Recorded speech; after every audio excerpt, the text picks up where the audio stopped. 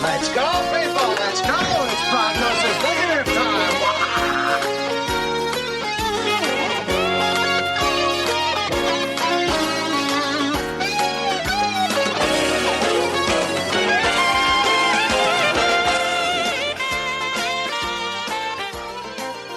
Hi, this is Eric. And this is Sean. This is Caleb. And I'm Ike.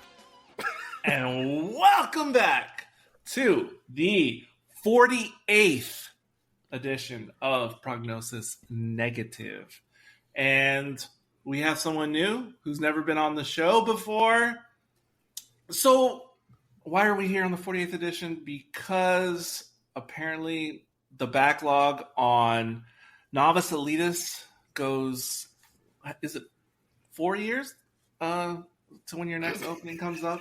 Next election? Thereabouts. Yeah, something like that. Yeah. So because there's such a backlog over there, and our words wouldn't ripen very well, we're here on the whole ProgNeg feed, keeping it alive, keeping the dream alive, and talking about incredible cult classics like we are apt to do. And we'll get into why this was chosen because I don't even remember now, although I have my suspicions. It's been years. It has been years in the making. For some reason, I think. Yeah, Kayla's been trying to schedule this podcast for years. And for one reason or another, one of us would always back out. And we'd be like, oh, okay, no problem. Blah, blah, blah. Well, finally, here we are to talk about Night of the Comet.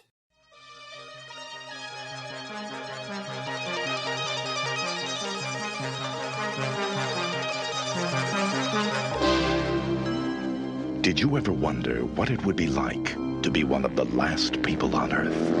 We're talking ghost town! Who would you see? There's nobody. There's nobody. What would you do? Hey, I'm sorry if the end of the world makes me a little nervous. Where would you go? The stars are open! Well, get ready to find out, because the comet is coming into your orbit. The legal drinking age is now 10, but you will need ID. Let's be real. It's the Night of the Comet. What do you give me if I come back? Texas? Night of the Comet. I'll be taking requests from all you teenage comet zombies. The night the teenagers ruled the world. Yeah! Night of the Comet. The burden of civilization is on us. Fiction, isn't it?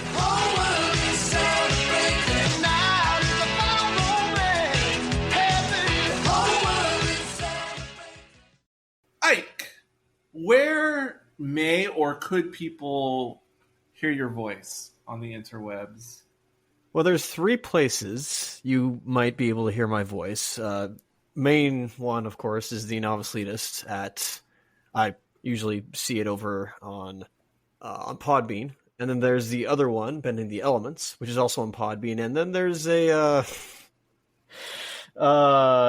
it's, it may or may not exist, but it's there's this one called Test for Echoes, and that's about it. Oh, yeah. Forgot about that one. And what kind of things do you guys talk about on these pods? Novice Elitist is basically, whatever we come up with, projects, ideas, we just whatever interests us that week. Bending the Elements is a lot more focused and streamlined. It's more where we do TV shows and actually look at episodes and do these scene by scene discussions of them. And then Test for Echoes is, I guess I would call it a progressive rock podcast. Like 70s centric or multiple decade? It comes from the Rush album. Okay. But mostly, actually, yeah, most of our episodes have been done with a lot of 20th century or late 20th century musicians and musical groups in mind. Gotcha. I didn't even know about the third on the list. Nobody did. No, nobody did. But then kind of circling back to Novice Elitist in a way, since this is sort of a pseudo Novice Elitist episode masquerading. Because I'm pretty sure this was part of a theme that Caleb had cooked up eons ago, because I see how it ties in with some of the other Novice Elitist things we've done. But Caleb, could you refresh my memory? Because I don't really know why this was chosen in the first place? I think the first time I planned to do this was shortly after we finished up our Dawn of the Dead remakes first original series. Mm. Kind of ties in as a fun addendum. I'll throw this in there. Mm-hmm. But it never quite came together. And then the year that we did The Blob, this was one of the options that I was kind of throwing around, like, hey, we're going to do a horror movie this Halloween. Let's do Night of the Comet. But I can't remember the reason why we couldn't do it then. And then last Halloween, I just chose to watch it as part of my Halloween playlist. I'd seen it back around 2015, and I'd only ever seen it that one time. And so I finally wanted to actually get to rewatching it. And then so last Halloween, I definitely wanted to book it. And me and Isaac, we covered a couple things that kept reminding me of it. American Graffiti, I'll mention a little bit in this later on. And one of the finales for our Bending the Elements episodes for Avatar Last Airbender with the red kind of sky at the end. I was thinking of this as well. So, So you went from the red sky and Avatar the Airbender to the red sky here. Interesting. Oh, and I got more too. Isaac, were you thinking of a DC Crisis event a little bit in this episode? What would have given you that idea?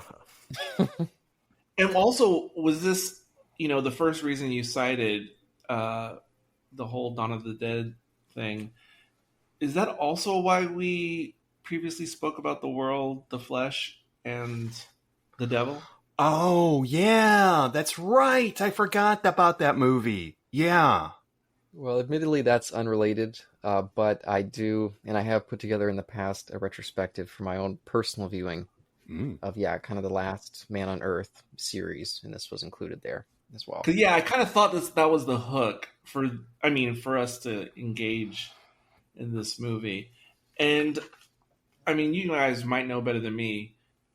Am I in the big chunk of the Venn diagram who, even though I was live and conscious and everything else when this movie came out, I had more or less never heard of it before until you started bringing it up. But I know Sean had heard of it.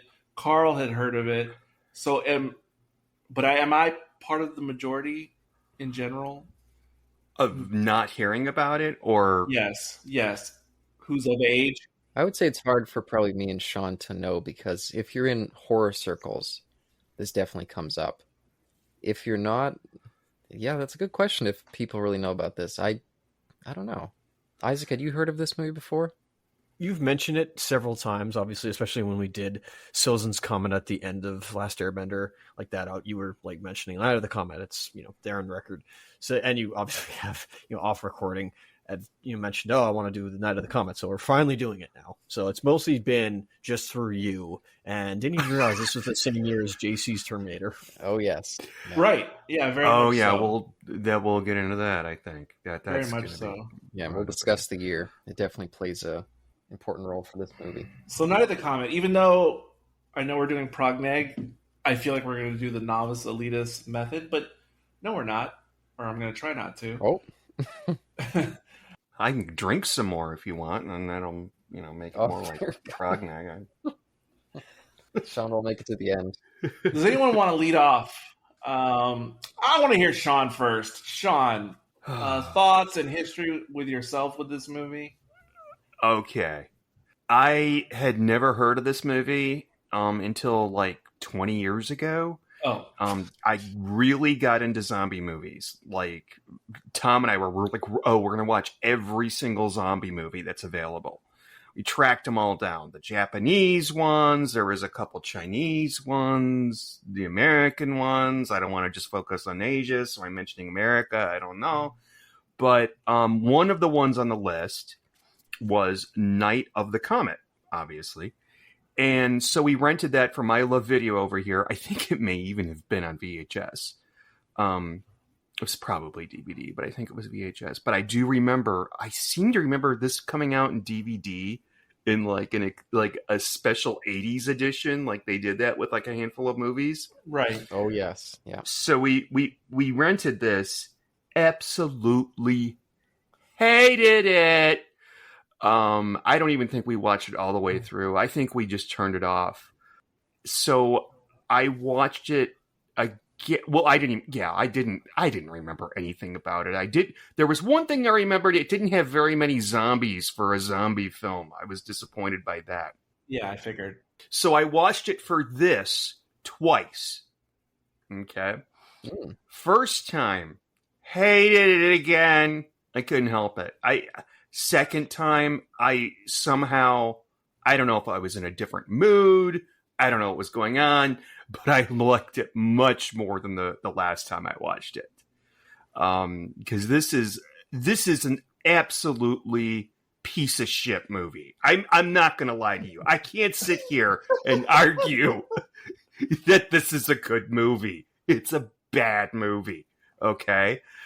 But it is absolutely delightful to watch. I mean, you've got everything in here. You've got a mall. You've got the end of the world. You've got, maybe it isn't the end of the world, but are there dead bodies? No, they're not. They turn to dust, but they're... Yeah, I really enjoyed this. I thought this is so much fun. And I just want to say, by the way, I would have bought this on physical media if I had known that it was not available on Amazon Prime, which, as far as I can tell, it is not. No, it's not. Yeah, and it's a good thing it's playing for free on YouTube, because otherwise I just pretend that I saw it and then show up for this podcast, but otherwise I wouldn't be able to talk about it. But go ahead. Before we move on, I just have, maybe it's off topic, but I just want to follow up. For you and or Tom, what was the obsession or the draw for zombie movies in general for you like 20 years ago? Oh, yeah. Well, I mean, it was hot back then. Oh, yeah. Now it's like the last good zombie movie we've had is like Train to Busan, and before that, I don't remember. Well, yeah, I understand it was hot, 28 but days later. What was it that you or both of you would be coming for with that genre back in the day? Oh, I think I do. I know what the gateway film was. Dawn of the Dead, the remake of Dawn of the Dead. Yeah, and which I will still maintain is one of the most brilliant openings in almost any horror movie. Oh. 7, Black Phone, Dawn of the Dead. So we can thank Zack Snyder for something else in the world. Oh, I don't want to hear about that, but I just really like how he did Dawn of the Dead. Yeah. And so he got into it, so like I was turned on by it, even though I had seen all the zombie movies more or less before. Specifically when I was going to school, literally had a horror film class. So the core of my question is it about the oncoming hordes that just, even if they're slow moving or whatever, they just keep coming? Is it like when the makers get into like the satire on culture? Is it just like... Yeah, I think it's something about, there's something about a zombie movie, a good zombie movie, that has a really good, what would you do if you were there factor. Uh-huh. Like, you know, okay. If I'm trapped in the Winchester and it's surrounded by zombies, what would I do? Would I get drunk? Or would I fight him off with a billiard cue? Probably get drunk. But that whole... Shaun of the Dead. Yeah, exactly. But that's... I'm sorry, did I answer your question? Yes, you I did. feel like yes, I've been you talking did. too much. Yes, I am satisfied now. Okay, I'm glad I satisfied you, sir. Thank you. Accepted. Oh, I'll have a cigarette now. Just to add on to Sean, I was getting huge into the zombie genre at the exact same time. Mm-hmm. But my gateway was unfortunately Resident Evil. Oh. Yeah, Paul W.S. Anderson. That just... Now, when you say Resident Evil, was it the game before that? Or hold me on here, Caleb. It's okay. The movie. Yeah, 2002. That thing was... Yeah, that was the hot shit in 2002 for me. And that kicked off my gigantic zombie that phase. Era in general, not of zombies per se, but of the popular horror movies at that time that were releasing, I think that's when I really started to get turned off by horror in general. Because I remember going to the movies to see some of the tentpole horror films of that time, and I was just like, no. Yeah. This is not for me. Most of them are terrible. Yeah. Yeah. For me, it was the Japanese movies and the girls with the long hair. But anyway. Fair. I would like to now hear Ike's experience walking into this film? Thank you, sir. Boy, like, so it has been, several times Caleb's wanted to do this, and I always forget every now and then. I keep making a mistake thinking that this is a different movie. I don't know which movie it is. I forget what it's called. I think it's a disaster movie from the 70s. I don't know. It's where like a comet or asteroid hits the Earth. It's not Armageddon. It's not Deep Impact. Deep Impact. Thank you. Meteor. Don't Look Up. Maybe, I don't know. It has like a bombastic, hopeful, like, fanfare at the end where like you just see all these like, hundreds of people and extras like, I guess triumphant in the end of like I guess, continuing. I don't know what this movie is, but I'm so sorry, Ike. Carl and I were talking about the same movie. I know what this movie is. I'm sorry. Keep going. That's fine. Do you know the name, or is it still like unnamed? I want to say it's like Forgotten Planet or something like that. Like, or another Planet movie. Oh, it also sounds like Don't Look Up, which is much more recent. Yeah. But anyway, keep going. Something else. Yeah, it was clearly 70s, not Don't Look Up. So I had no clue what this was. I had no idea this was like a air quotations zombie movie. I just knew that, there you go. Caleb really wanted us to watch this at some point. He invited me on. Thank you, Sarah, for that. And so I had absolutely no idea whatsoever other than like the poster. And I was like, oh, that's a good poster. Like, it's very intriguing. It's got like this person in the red door. All these people are looking up. There's a red sky in the background. There's like a twinkle in their eyes and whatnot. So I'm coming into this without any, context of like what I'm watching other than Night of the Comet. It's like, okay, like, what are we getting into here? Initial feeling, initial thoughts.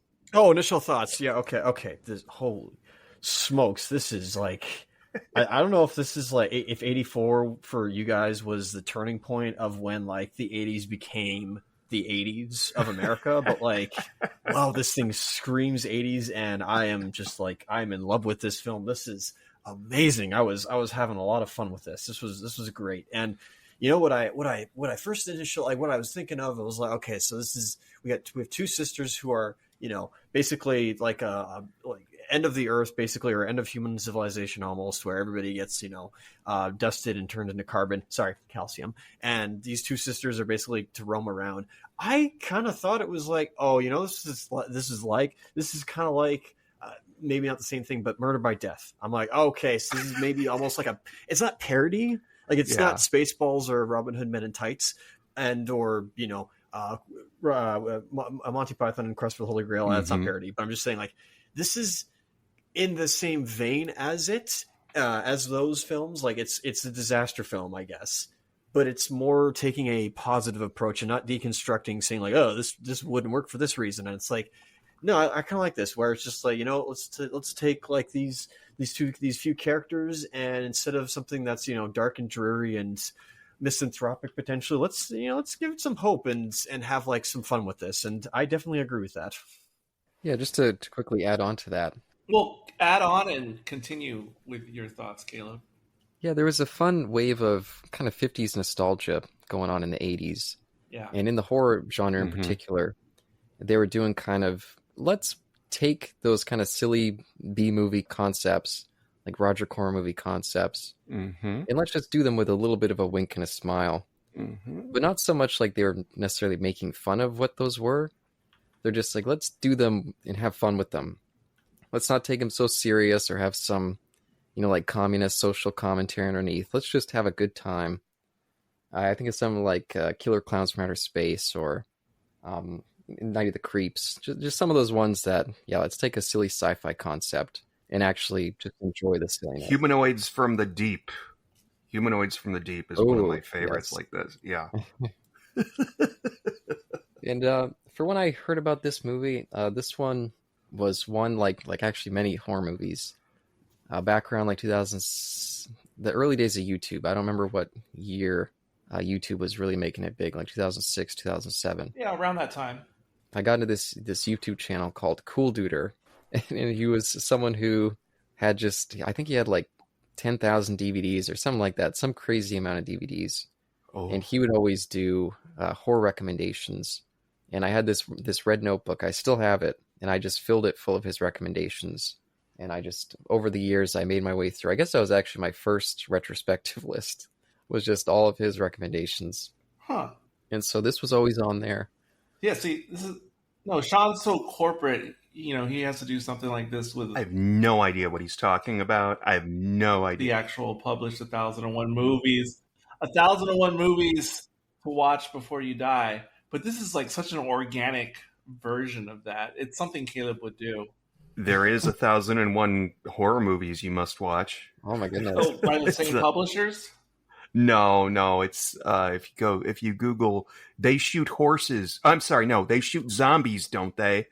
This guy kept a blog where he used the statistics from like Rotten Tomatoes and IMDb to create a list of literally the 1,000. It's 1,000 horror movies. And I have downloaded that and studied it extensively. And this movie, of course, is on that list. There you go. I can see him studying the list. Like it's going to be the bar exam. Yeah, he's cross-checking, got the glasses on, and yeah. There's a movie called Deathline with Donald Pleasance as a Scotland Yard inspector. Oh yeah, who's looking into like these cannibalistic doings in the London Underground, and like Christopher Lee's in there. Good stuff. I learned a lot of stuff from that list. Yeah, and look at me. Look how pathetic that. Yeah, you say Deathline, and I immediately know the movie, even though I know it is Raw Meat. You just Raw Meat. Yeah, which is actually a better title than Deathline, but much better. Yes, but no, that's a quality little movie. Check that out if you get the chance. What else were you saying on Night of the Comet, Caleb?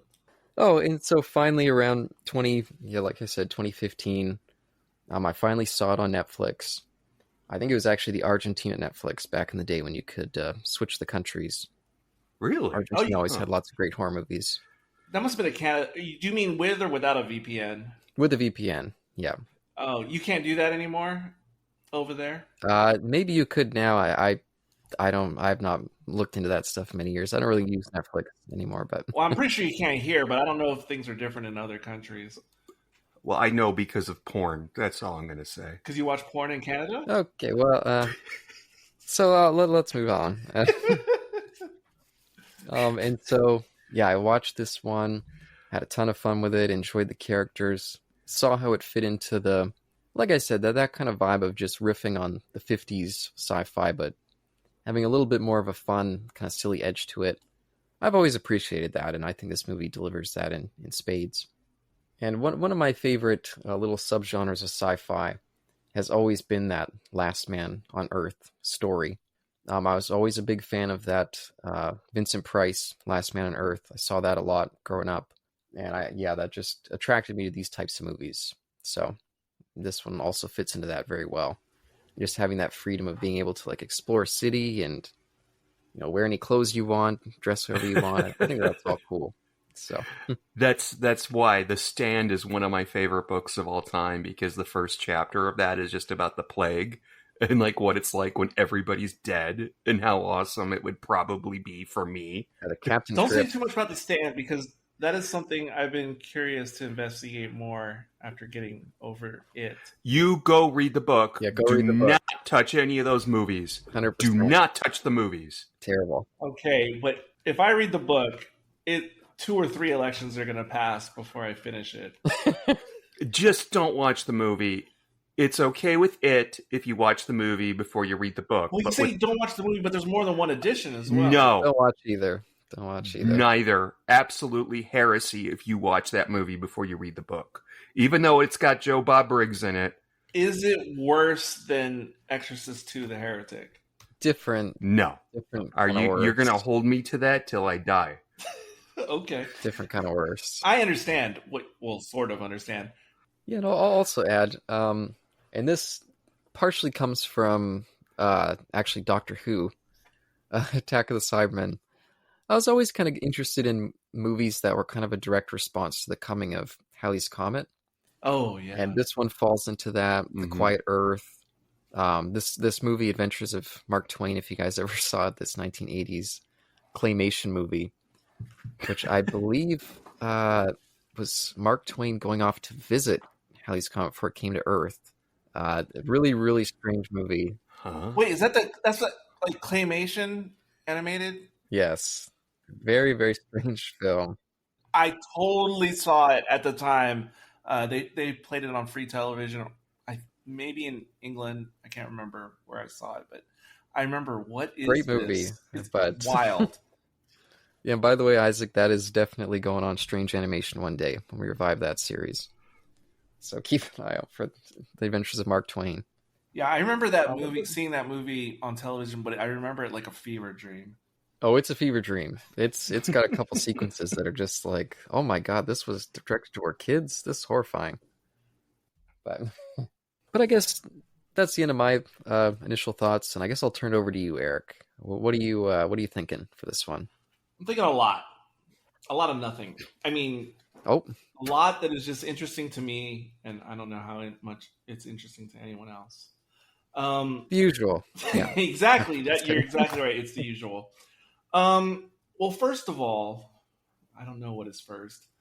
Initially, having never heard of this movie, never seeing an image or knowing anything about it, just based upon the title and hearing Caleb bring it up so many times over the year or so, just by the title and knowing it released in the 80s, in my head, I imagined this was going to be something like the movie Invaders from Mars, which I think is 1986. Anyone else seen that? Toby Hooper, long time ago. A galaxy far, far away. Yeah, 86. And that movie is exactly what Caleb was talking about, how in the 80s they would have these movies that were sort of like refreshed versions of 50s sci-fi movies.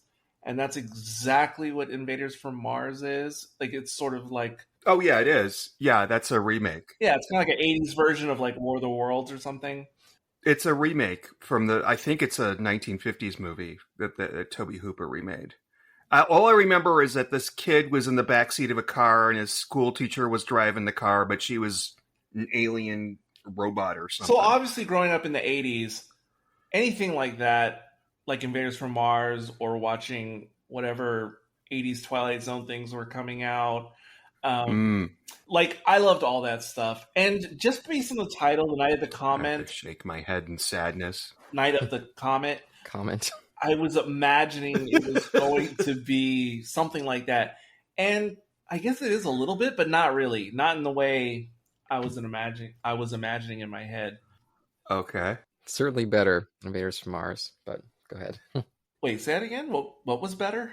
This movie, better than Invaders from Mars. I like that movie, but not that great. I'd have to revisit it. Last time I saw it was probably 1990 or something. And then I think it weird, because I just, watched it in the last 24 hours for my first time, this movie. And now that I know what all goes on, and I was thinking about what you were saying, because I remember in 87, the Haley mania that was just everywhere. I remember that very well. But I didn't actually see Haley's Comet back then, even though everyone was talking about it nonstop. But I was thinking in this movie, like, because, almost everyone gets wiped out in the beginning.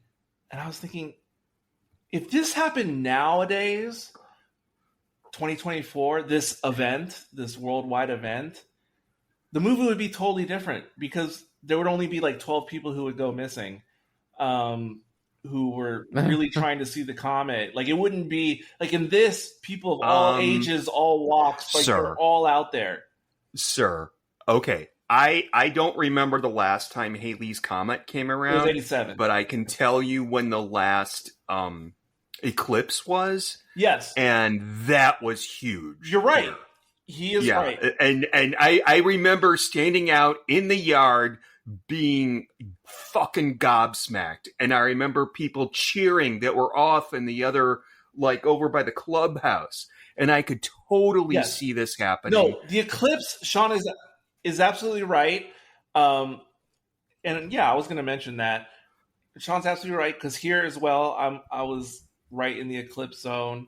And for the solar eclipse, as opposed to the annular eclipse that happened 6 months prior, basically the world kind of stopped for 6 to 10 minutes.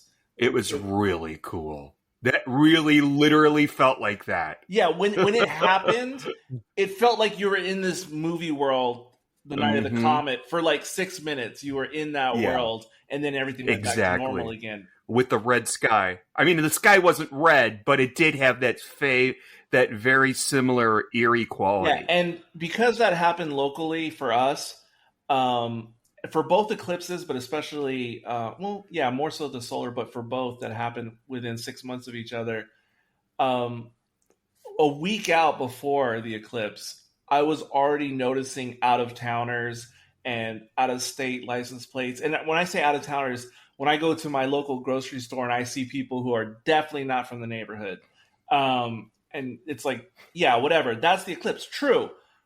But the reason I brought up why it would be different is because I was thinking, who would be the crazy people going out to see the comet now?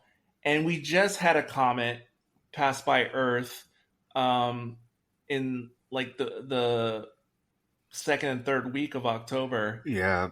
My dad, as my dad calls it, it's a comet named after some Chinese guy. He literally fucking said that to me. Anyway. Yeah, the Atlas Dynasty. I forget. That's the second. Now? That's the second name of the comet.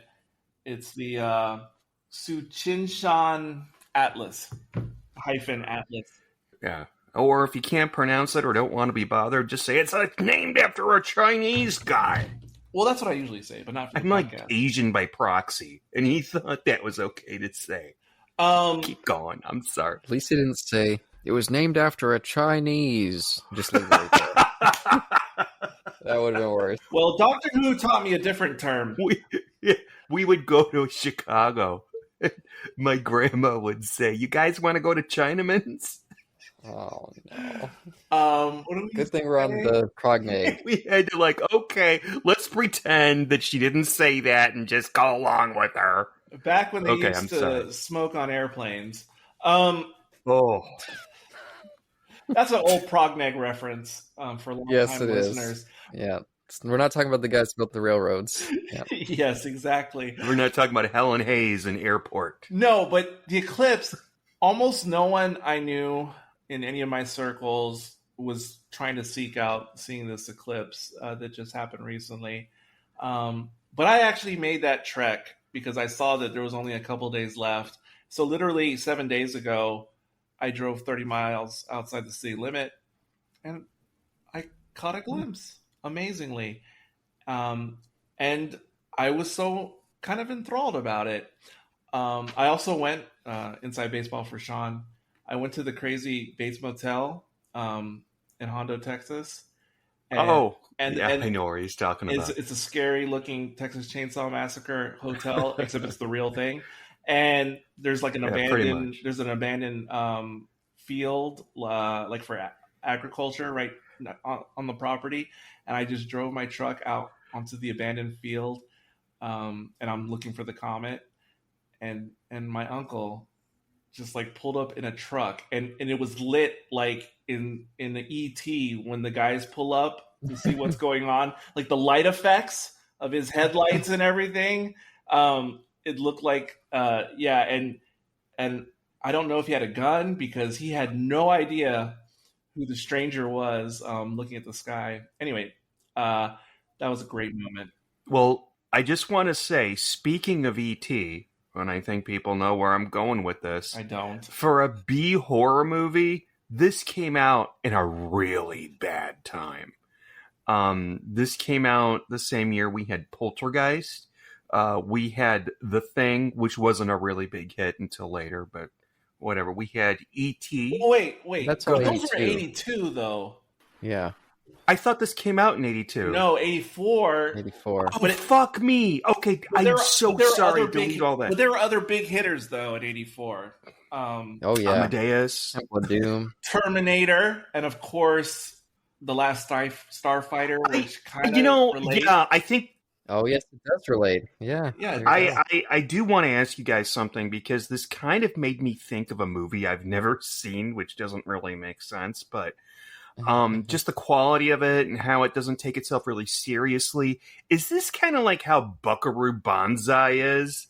It's a movie I've No. always heard about, but No. I've never seen. Love it. The answer Yeah. is no, but then a little bit yes.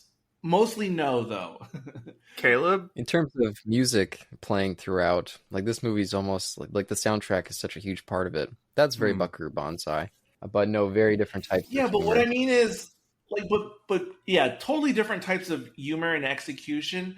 But the reason I say similar is because they are like cult classic type movie material. I mean, even before they were considered cult classics, they just have that smell on them. Yeah, you know. Yeah, and it's definitely veering away from like the mainstream in terms of presentation and humor. So they kind of have that like black sheep like kind of connection with each other, but very different at the end, but very 80s. Oh, Eric, I didn't know you'd seen that. I just saw it for the first time, well, in full for the first time about a year ago. Nice. Oh man, I love that thing. And there's something in this movie that I didn't. Well, there were a couple things I didn't like, but I'm not going to take them really seriously. I mean, I'm not. I know I'm not watching Schindler's List here. You're not. They do poke at something that I would have loved if they carried it out somehow, and that is the fact that this is set during Christmas, and I love me a good Christmas horror movie. Unfortunately, except for a few small parts where we hear Christmas music, they don't really exploit that. And I've always thought that Christmas could be a really, like, I've always thought, you know how people, it's because of the Conjuring movie, but people think that Tiptoe Through the Tulips song is creepy. Tiptoe through the tulips. I never thought it was creepy. I've listened to it long before that movie came out. But to me, that's kind of like what Christmas music is. Kind of creepy. I mean, there's a scene where she pulls up next to the car. The car is dead. By the way, where are all the other cars? But I'm not going to go there. I think it's a Mercedes, I think. And the radio's on, and it's playing Silent Night. And it was evocative of, what was the name of the movie with Bruce Willis and Brad Pitt, where he goes back in time? 12 Monkeys. There you go. That's it. Yeah, it reminded me of that, how creepy it was. But they didn't go with it. They didn't go further than that with it. True, but maybe it makes sense for Los Angeles since it feels generally so un-Christmassy. I guess during the season, but I didn't even realize it was Christmas until I watched the VAM on the disc, and then I thought, oh, is that why they kept mentioning Santa Claus so much? Yeah, but yes, I generally do love Christmas adjacent movies, like Eyes Wide Shut and many other things. Sure. Gremlins is another good one. Yes. Well, yeah, but Gremlins almost feels like it actually is Christmas. Black Christmas. Eric, have you ever seen Black Christmas? No, Sir.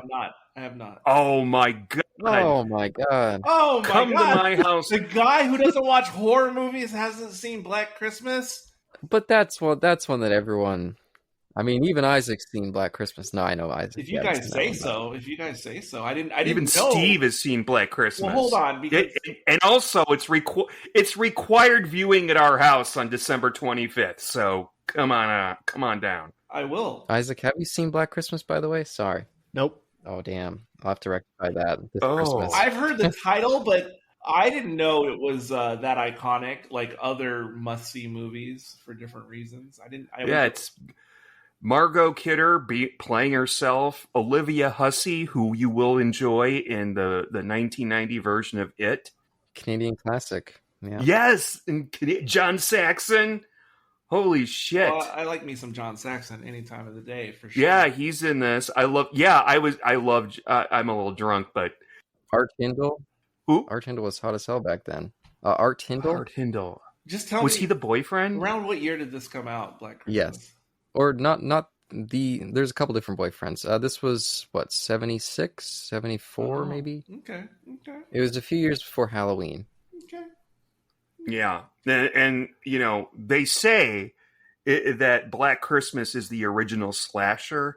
I beg to differ. I think it's It's Oh, no. Texas Chainsaw Massacre, but yeah, it's worth checking out. Does the original Psycho count as a slasher? But anyway, Well, you got to see Black Christmas, and also you got to finish watching Saw. I'm so sorry to talk about this when we're doing it. okay. So, and then another thing I thought curious watching this movie now that I'm actually seeing it earlier today. Well, I'm gonna like this by default, just because, and these guys already know, and probably listeners already know.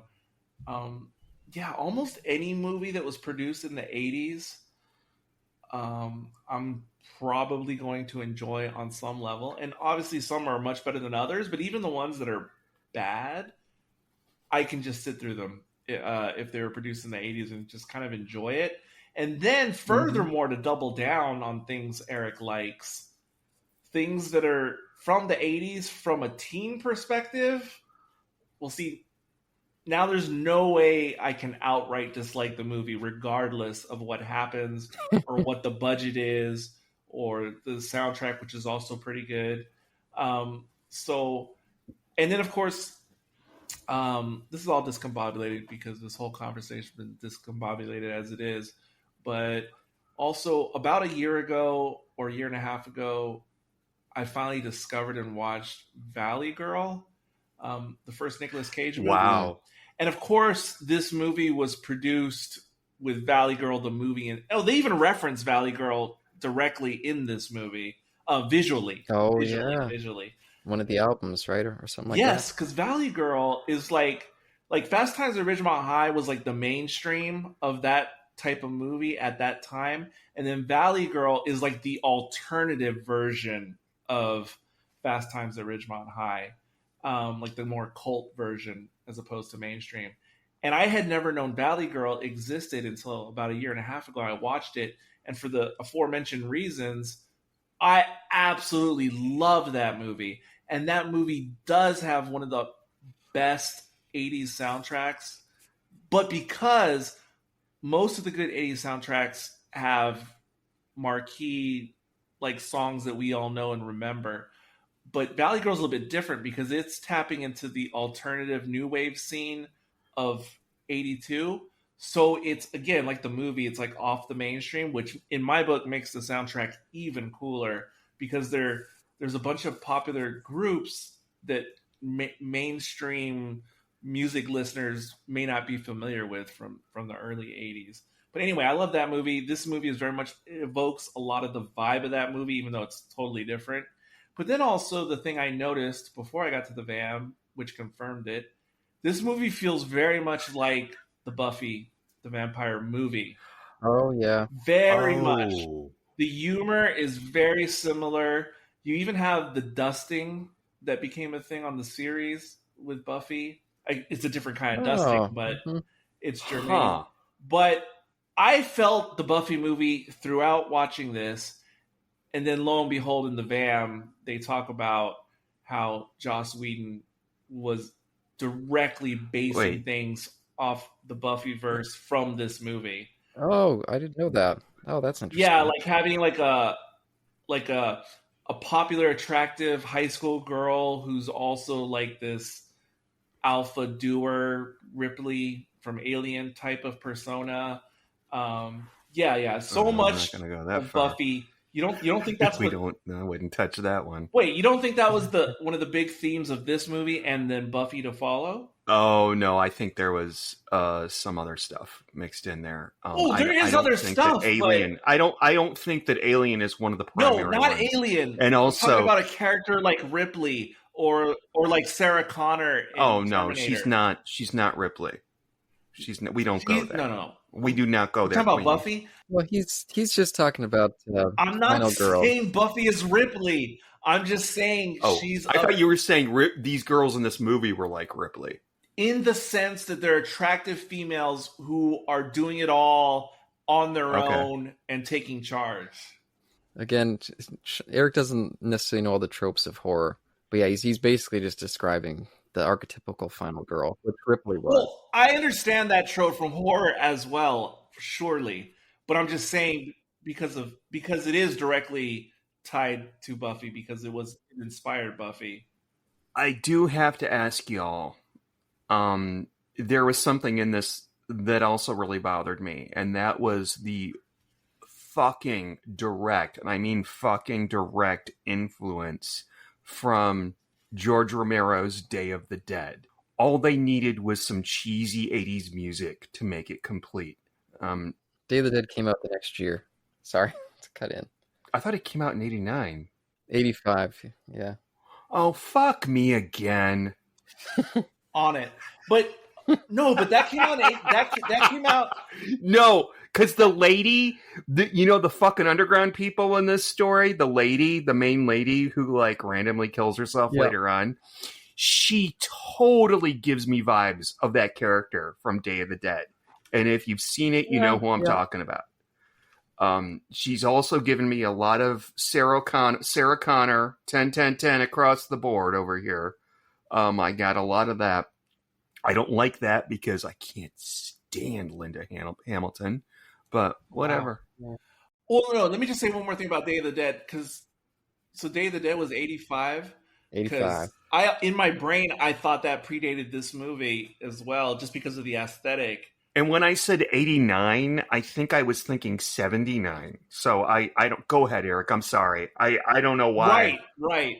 No, it's almost 78. I'm just saying this is kind of a revelation to me as well, because Day of the Dead feels older in terms of like the world in which it was produced in. I mean, the time and the presentation. But yeah, go ahead. Continue on. Or back to Ike. Well, before I jump over to him, I just wanted to mention, because he called out that lady in the bass, played by a B-movie actor that I'm a big fan of, this Mary Woronov. Oh. She was a big-time Roger Corman collaborator, stretching all the way back. I think one of her earliest ones that she did with him was Death Race 2000, which we see a poster of in this movie. Yes, absolutely, yes.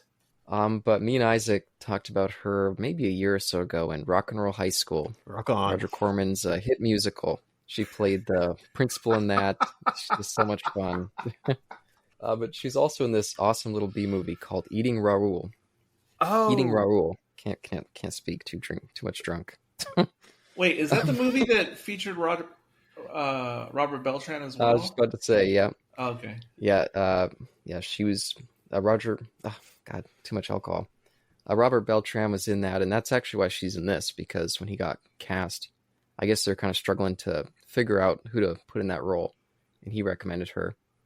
But not only is she in this movie and Eating Raoul, but she also is in this movie called Chopping Mall, actually playing her same character from Eating Raoul. She shows up in this brief little cameo in the beginning. Oh my God. It's a completely baffling cameo. Wait, which actress are we talking about right now? Chopping Mall is kind of on the level with this movie. Definitely better than Chopping Mall, but... No, but which actress are we talking about who's in all these different films? This is the lead scientist lady. Oh, okay, because wasn't Kelly Maroney also in Chopping Mall? That I was about to say that as well. Playing a similar character. Sorry, I'm not... Yes, they're both in that, and it was because of Chopping Mall that I actually watched Eating Raoul. Because in that little cameo in the beginning, it's like a 3-minute cameo, and it's so bizarre. And I was like, what the hell? And so I find it funny that these three movies are all kind of linked. Yeah, I need to see this Chopping Mall. I remember when Chopping Mall was literally at the theaters. Of course, it bombed. But what really intrigued me was the poster. It had a really cool, scary poster of an evil hand holding a shopping bag that was from I don't know, Sears or whatever. No connection. The movie, there's none of that in the movie. The movie's about a killer robot. Don't spoil it. I want to see this Chopping Mall movie now. That's not a sir. That's not a spoiler. Don't know what is and what isn't a spoiler on any movie. Could you? And they also have sex in the furniture store. That's a spoiler. Yeah, fuck the fuchsia. It's Friday. Yeah. I just have to mention with Chopping Mall, they were originally going to call it Killbots, and the producers were like, "Killbots, that's a stupid name. Change the name." And apparently, they were debating it all night. And then a janitor who was cleaning up in there just looked at what they were discussing and just went, "Why do you call it Chopping Mall?" I'm like, "Oh, that's great. That's brilliant." Wait, was he Hispanic? Was he Latino? It's a great name. That I don't know. Why don't you just call it Chopping Mall? Exactly. That'd be the standard Latin American pronunciation. I know what he's talking about, guys. It's not racist. It's just that people from San Antonio, Not just San Antonio, mostly Mexican people. Yeah. Oh, you guys gonna go to the shopping mall? You gonna go get some stuff? You from Chicago? Sorry. I'm so sorry. We can continue talking about this film. I'm a little bit hammered. Well, let's all take turns doing ethnic impersonations. I was just going to make a Chopping Mall specific joke. If anyone's ever seen that, maybe it was Dick Miller, because he plays a janitor in that. Oh. Famous Roger Corman collaborator there, too. Old Dick Miller. And before we swing back to Ike, yeah, and Kelly Maroney, yeah, she wears a cheerleader outfit in this, and in Chopping Mall, and in Fast Times at Ridgemont High. Oh my gosh, I had such a thing for her from Chopping Mall. She was just so cute in that. And in this, I think she's just great. I think, Caleb, we may have to have our own podcast about the Chopping Mall. Well, we're going to have the Chopping Mall Minute podcast. But I do want to see it, though. That's also going to make it for years. Which, by the way, is the best. It's the best title for a movie after maybe House 2, The Second Story. I love that title for that movie. That's a really great title. Yeah. It is. But I also love Bud 2, Bud the Chud. I think that's just really stupid, but awesome title. Bud it doesn't even sound like a real movie. I feel like I've taken some edibles, except I haven't. Oh, well, okay, Ike. I'm so sorry. Let's keep going. Yeah. He's so patient. Thank you. So what's your question? Well, no, just I know that you wait to jump in to say. Yeah, other takeaways you have from either the madness they've been spewing or not about that. Crack Snuckles. Let's go. Okay, so just anything that you might have wanted to say but haven't said. Sorry, I've been in my head. I've been playing the Ramones Rock and Roll High School just for the past 5 minutes. There you go. It's great. I looked that up, Caleb, on TV Tropes there. I did a whole deep dive of this movie influenced Canceled Man in his movie Buffy the Vampire Slayer. So I don't need to watch that now. But with her though, what's her name? I apologize. The scientist lady in charge. Well, not in charge, sorry, but who kills herself later on for reasons, of course. What was her name again? The actor's Mary Woronov. I didn't write down the character name. Oh yeah, not character, but yeah, Miriam. White. Thank you. Right. She has white in her name or on her name tag. That whole organization, that SHIELD organization or whatever you want to call it, the emblem. I was like, where have I seen that? I've seen that emblem from somewhere. And I'm like, oh, wait a second. Okay, I think because I looked it up, I cross-referenced it again. I'm like, yes, squint hard enough. It's like I could be Mandela affecting here. I'm like, I guess it sort of looks like the Sinestro Corps emblem from Green Lantern in DC Comics. Probably not. Ooh. It's probably something else. Maybe like a pattern in Greek mythology. I don't know. Maybe it's there. But yeah, that's the closest one I can think of. I know. I know what it made me think of. I'm not saying you're wrong. It made me think of in the program Lost, when all the different stations had those different labels for all their different. Do you guys know? Yes, Eric, of course. do you remember? Yep. Yeah.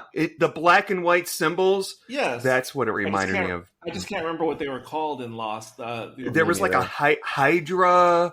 It was actually pretty cool. Yeah.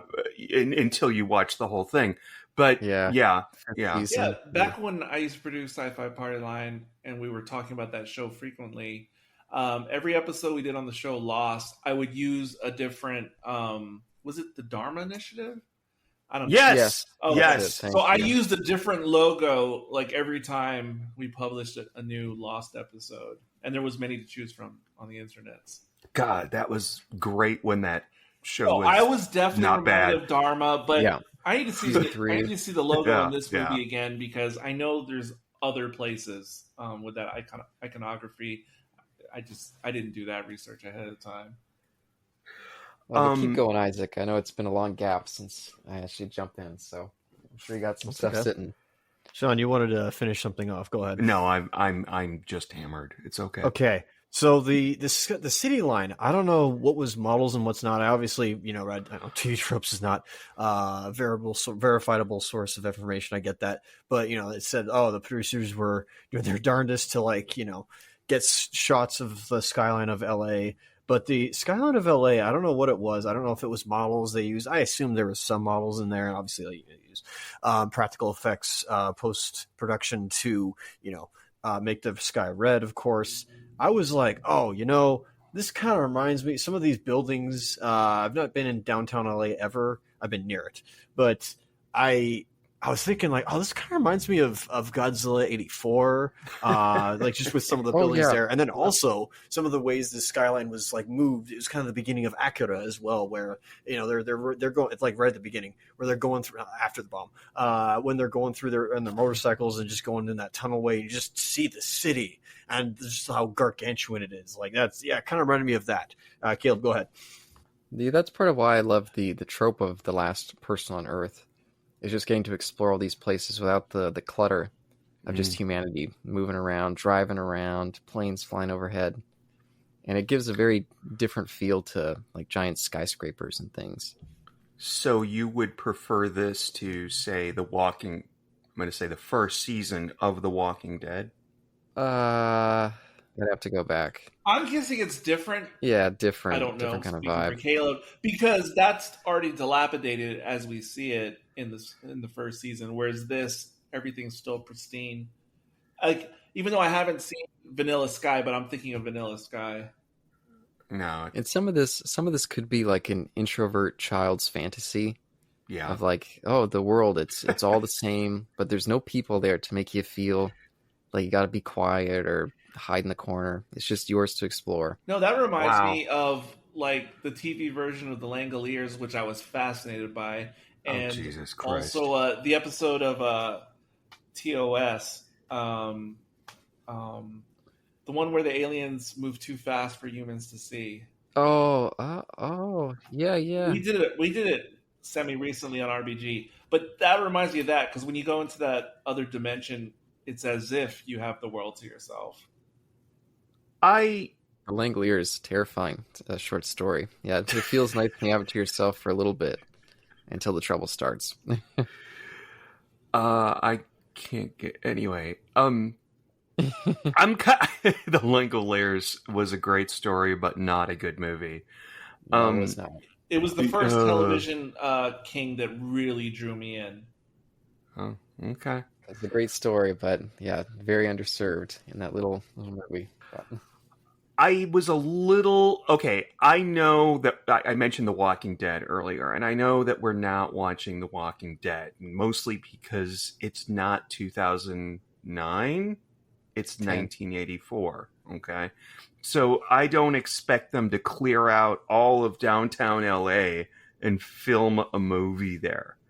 However, and they tried to make up for this, and it didn't work for me, but, it is what it is. It felt not very post-apocalyptic for me. In fact, it almost felt like I was... What's that book series in the movie with Kirk Cameron? Oh, Left Behind. Yeah, that shit. That's what it reminded me of, and I couldn't get it out of my head. Oof. And there are moments in this movie, and one of them is when Robert Beltran, am I saying his name right? Beltran, or is it Beltran? Tran. Tran? Okay. It's like David, I don't know how the hell you pronounce this. David Duskevich. Duchovny? The Late Night and the Devil. Yes. I struggle with that name. David, God, anyway, yeah. There's a wonderful moment in this movie where he goes to San Diego to presumably visit I think it's his mother's house. Yeah. And she has turned, by the way, it's totally in LA. All you have to do is watch the Breaking Bad to know that this is LA, not San Diego. I could just tell by the house. What do you mean Breaking Bad, LA? Do you remember where there was somebody that lived in a house like... No! I'm sorry, Eric, you're right. It's Crash. Crash, the movie Crash. Okay. Not the Cronenberg one, the other one. No, the other one, the bad one. Yeah, anyhow, I'm so sorry. But there's a scene, he comes back to her house and she's locked in a closet or something. And obviously he's not going to let her out. He's not going to shoot her. That was a really eerie moment. And sometimes, I'm sorry, she's not locked in a closet. Jesus.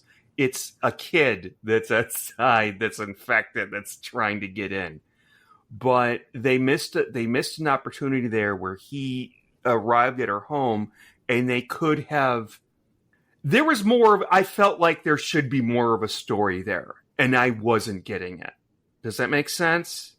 Yeah, like could have been his mom or something. Yeah, and that would have been kind of cool. Like, hey, what are you going to do? Instead of just this random kid zombie, what if your mom's a zombie? What are you going to do?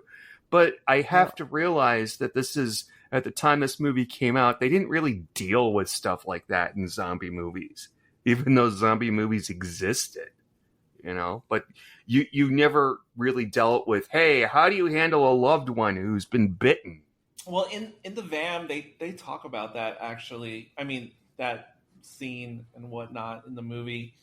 And in the van, the way they say it, they're interviewing like Beltran and some other people who worked on the movie. And they just say it like, oh, it was just, I like how it was done. Like, he didn't have to actually see his family. Like, he just had to have a moment and he understood. That's what they said in the van. Yeah. But well, then why did he travel all the way to San Diego? That was a waste of a trip. I understand. But my thought that wasn't said in the van, but just overall feeling from watching the van was, you know what? It's a budget thing because of how inexpensively produced this movie was. Oh, yes, without a doubt. Yeah, it is a budget thing. So it's like, hey, this takes care of that bit so we can focus on other things from a production point of view, is how I sort of imagine that in my head. Yeah, but also this is like a fun. It's almost like a party movie, a midnight movie. Mm-hmm. You come, you watch it, you have a good time. They don't really need to linger too much. Literally how it was marketed on DVD later. Yeah, you don't have to linger on it. You're right, but in keeping with the theme of a midnight movie, then you would. There's so many humorous ways you could have referenced, like his family members or whatnot. Yeah, but it still might have been a little bit more heavy, So might as well just keep to the fun kind of vibe. And me and Isaac, we've been actually watching a lot of 80s movies lately. And we recently watched the Chuck Norris movie, A Force of One. And remember, Isaac, on that I was kind of talking, it was reminding me of Quentin Tarantino when he made Jackie Brown, where it's just like, I'm just making a hangout movie. It's not really about the plot. There'll be a short section where the plot kicks in and that's, has importance. But for the most part, it's just a movie where you just enjoy hanging out with the characters, listening to the dialogue. And that's really what the movie's about. And yeah, so they don't need to go after any dramatic weight. Even at the end when it's like, oh, let's restart civilization, even that's just played off as like this silly joke that they're taking pictures and dressing up like they're out of a magazine catalog. Oh, and I love that little DMK thing that ran through. We start the movie with her, Reg, one of our main characters, obsessed with playing this video game, and this guy, she's got all the top scores on the video game. Okay, so I had a question about that. And then one guy. Oh, go ahead. I had a few questions for you guys because I've only seen it once, and there was plot points that I know I missed, but this is not that. But I had some lingering questions that you guys could inform me on. So in retrospect, after seeing the movie, I was wondering if inserting those little bits with her in the arcade and everything, if that was somehow like a light nod to Last Starfighter that came out earlier in the year in '84 that she starred in. And I don't think. Well, I'm just saying because in The Last Starfighter, obviously her boyfriend, who's the lead in the movie, he's obsessed with playing the game and being the best. And the fact that they even focus on that for a second in this movie, like, I don't know, that felt a little bit beyond coincidence to me. I guess it's hard to say because I also get that arcades obviously were a trope that we lived through at the time in movies and in Tron. exactly that's what I I was get gonna it, but say. still, it's just Wizard, yeah. well, that was a whole different era mentally. But yes, I guess so. Yeah, it was a little bit later '80s, but yeah, more the home stuff. but than still, the classic arcade. Polybussy. What was the name of that video game with the ostriches? Joust? What? No, there was another Polybus. The cursed video game. I'm sorry. Continue talking with what you were talking No, but about. go on. No. I just No, I think it's Polybus, the video game that's cursed. And if you find a arcade version of it anywhere, don't buy it. Something I don't. Oh, when I said go on, I meant Caleb, not Sean. Oh, fuck you! I don't know where I No, was. it's okay. I don't give a shit. But like Isaac mentioned, yeah, this movie, because again, like I said, we've been watching some movies from the early '80s, 1980 up to I think the last one we did was maybe '83, and yeah, it was still in that transitional period where you could feel a lot of the '70s, Of course. and yeah, this movie absolutely right out of the gate. This is big time. We're already there. There's some '80s success going on. The style, the hair is getting huge. Well, that's because of the Valley Girl thing. The music's just great throughout. And like I said in my little initial thoughts, that this was making me think of American Graffiti. Because not only does it have that ever-present score, but they do spend some time in a little radio station. So maybe a loose tie. Oh, true. Oh, Well, yeah. Everybody dies and turns into powder. Go to the radio station. But Which looks like the worst radio station ever, but I'm okay with it. Yeah, it's kind of cute. I don't mind. well, it's no WKRP, but well, it's funny you bring up American Graffiti because of our offline conversation we had before this. Because all I could think about was American Graffiti and its influence when I was watching Phantom in the Paradise and Rocky Horror. And Phantom of the Paradise, not in the Paradise. did I say in? Thank you. Yes, I'm making a note of it to strike it from the record. Thank you. There you go. I'll remove that. You know, I couldn't help but think about, even though it doesn't take place in the 50s, but the 50s revival that was kind of kicked off by American Graffiti and went in so many different directions in the 70s. And of course, like Grease as well, like all those productions had that feeling. And I wouldn't have thought about American Graffiti as it pertains to this, but I sort of get it. Yeah, it's loose. I don't get it. They have a similar vibe in that way with just those two elements, the ever-present score. So it's Yeah, just sort of featuring. like a C'est la vie kind of vibe. These characters, they're young. Well, how they really do connect from a historical movie point of view is that American Graffiti did kind of define the teen movie, and it morphed over the years. And this would be in the lineage of how that genre morphed through the 70s and the 80s. So I don't know if I'm going to agree with that, well, no, sir. you don't have to agree with it.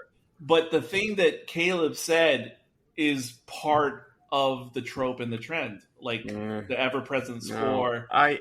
I understand what like maybe a branch off, but if you were going to directly go from American Graffiti, I would think something like the Breakfast Club. Yes, that is too. But there's forks in the road, so to speak, with the evolution. But they all lead back. If you go backwards, it's like a tree. I mean, the way everything. Oh yeah, I know. off. I can. But yeah, but American Graffiti started it, and it spawned all these other films that we've heard of, and many we haven't heard of. But but there was teen movies before American Graffiti, but they feel and look, and they're constructed in a completely different way. There's also another movie I think that may have influenced this. I'm just getting a touch of it. It's not a movie that I particularly like, but Nightmare on Elm Street, which also came out in the same year. What? Yeah, 84. Yes, and they were produced almost simultaneously. And it was one of the movies in the top 10 at the box office when this came out. And Catherine Mary Stewart, Regina, she was trying to get the role in Nightmare on Elm Street, and it's only because she didn't get it that she then starred in this movie. Huh. How about that? And I want to say what's her nose, if she wasn't in Elm Street, might have been in her place. The one who is in Elm Street. Heather Langenkamp? Yes. There's another movie that I think obviously influenced this one, and I mentioned Day of the Dead, but come on, Dawn of the Dead? Yes. The whole shopping mall thing, come on. And then the bad guys get in and they're going to sabotage them, and they did have a big shootout in Dawn of the Dead, but they didn't throw shoes. The little kid too, coming across a little kid zombie. Yeah. So the thing about the mall segment, I mean, with the little, what department store was it? Saks Fifth Avenue, that they were actually in, but the whole little Saks clan or whatever. So I get, like, because of the aforementioned Dawn of the Dead, and of course different groups and tribes in the Walking Dead world, I get, how you get these like warrior like factions, like referencing the Warriors. You get these little different factions that have their theme. Walking Dead is of course. Yeah, I just said Walking Dead. Negan's clan or yes. So with that in mind, as I'm watching this scene play out in this movie, I was like, I completely get it, but it's incredible to me that this little clan of 3 or however many there are, that it literally spawned in one evening. Because it feels like they've been doing this for at least a month, like terrorizing whoever happens to come into their mall. But the fact that the apocalypse happened and within like hours, they're like, hey, you know how we always talked about what we would do? Well, our day has come. And that's the only thing that struck me is like... Yeah, no, it's true. It's absolutely true. And they play the song Girls Just Want to Have Fun. They play Cyndi Lauper. And again... I don't think it's a Cyndi Lauper version, though, but yes. Okay. I don't know anything about music. Okay. But I was reminded again of The Stand, where there is a gentleman who told somebody, I plan to run around the bases at Yankee Stadium and then masturbate on the home plate now that everybody's dead. And this is kind of like that. Like, okay, everybody's dead. Let's go and hang out at the mall. You're absolutely right, Eric. I will agree with that. And I also weirdly like the head villain in the mall.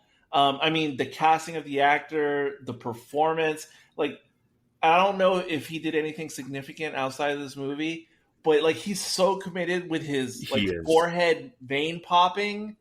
Yeah. Whoa.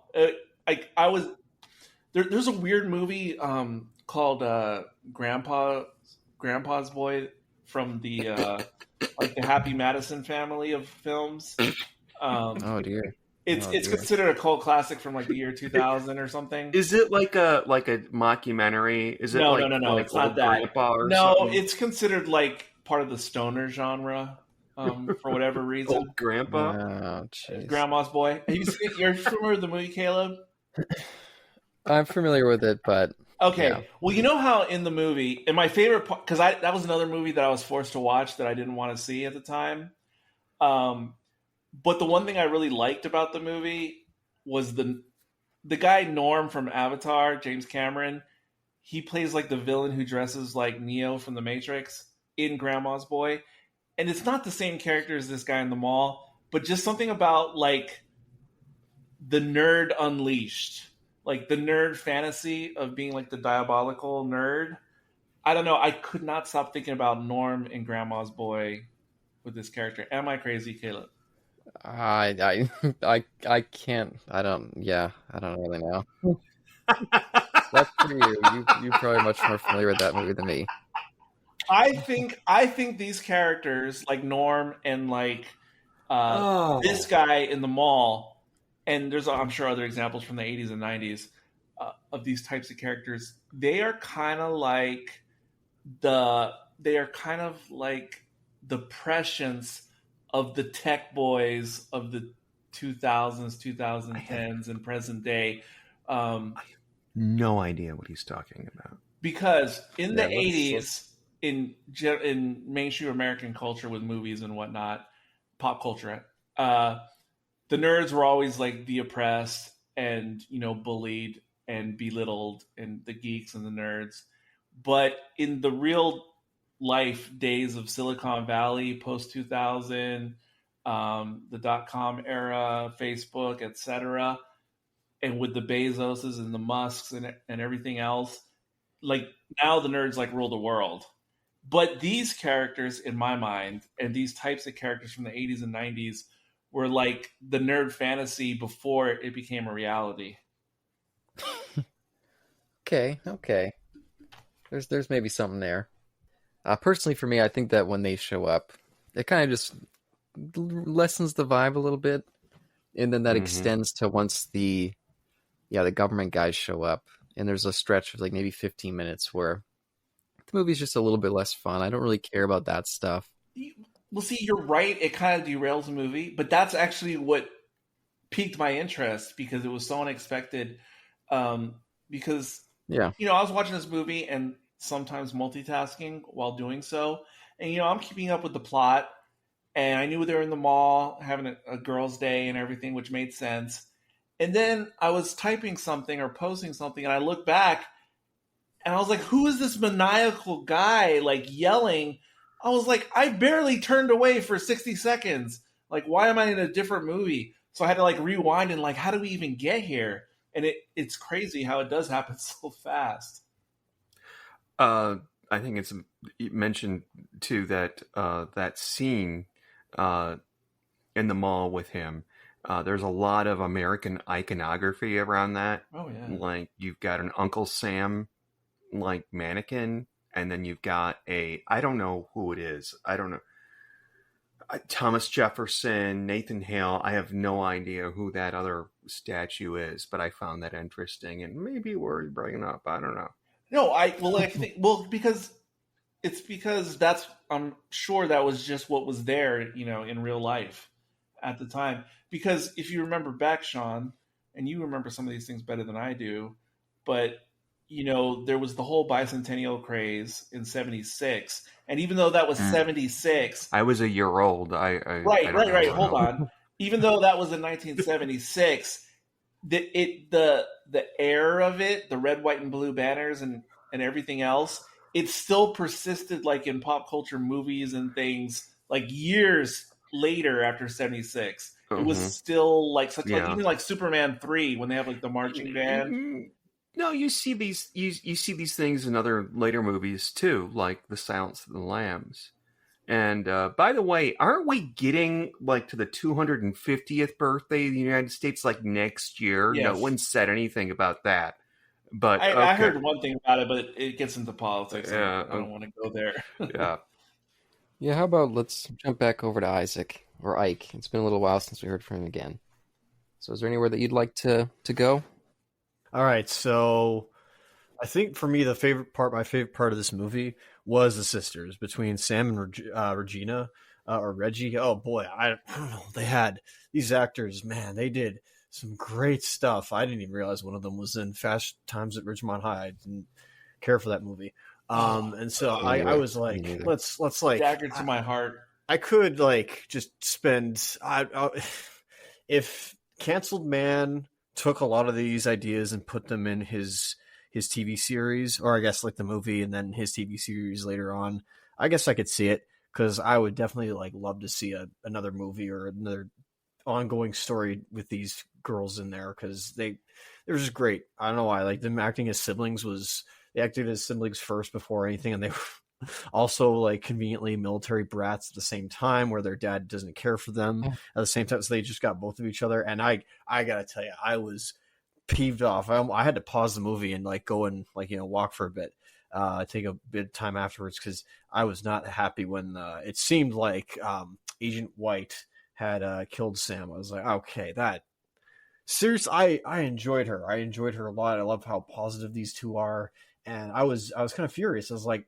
I almost didn't want to watch the movie after that because I'm like, you just literally like ruined the movie for me, and I feel bad. Like, Reggie doesn't know that right now, and so I was really sad that was the case. And then it turns out, nope, they put, what was it, sodium something in there. It was an anesthetic that, like, just knocked her out for like 3 to 8 hours or whatever it was, whatever website I looked it up as.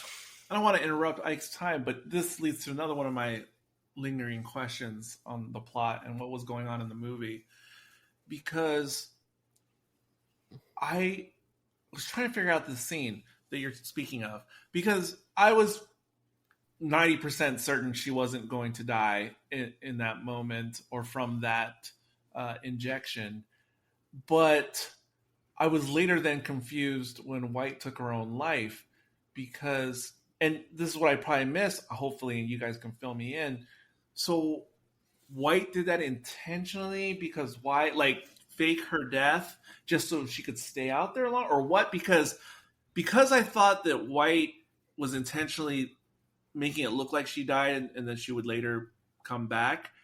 I then thought White was going to do that to herself with the same whatever she injected her with, but then it turns out actually killing herself.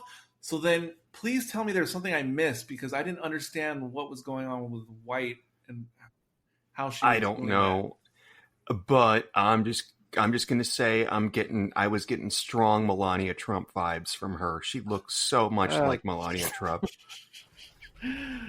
I'm sure there's a Reddit room for that, but no, there is. No, she totally did. I'm sorry, Caleb. Go ahead. Yeah, I was just going to say, well, from the start, she didn't necessarily love the idea of them going underground and leaving everybody else. Okay, right. And now that they're going out and trying to inflict some sort of rule over people, they get to decide who lives and dies or who treats them as their little, like, blood bags down there. Okay. So she was just like, no, I'm not going to kill this girl, and I don't want any part of this group anymore, so I'll just kill my other guy and kill myself. If he's not going to leave, I'll just blow him away. That completely makes sense, but was it, like, fairly obvious in the movie itself, or I just wasn't paying attention? Yeah, no, and she tells Robert Beltran, and he kind of relays some of that during her speech too. You kind of get that, and throughout every scene that she has prior to that, you can tell that she's just not happy with this group, doesn't want to continue what they're doing. And maybe it's because I had just watched Rocky Horror for my first time a couple days ago. I thought with Beltran she was going to pull like a Frankenfurter, because I thought I swear this is because the lights were out and she was wearing the coveralls and the sunglasses. I thought she was masquerading as Regina, and I thought she had the hots for Beltran because she knew he was like the last man. And so I thought she was going to pretend to be Regina, and she wanted to make the beast with two backs with him. And I completely thought, and then I thought, why is she killing herself? Because she hasn't finished, like, or even started. Well, she finished before it shows up on the screen. Yeah, she worked. But I swear, I'm not trying to be funny. That's literally what I thought was going on, was a Frankenfurter situation.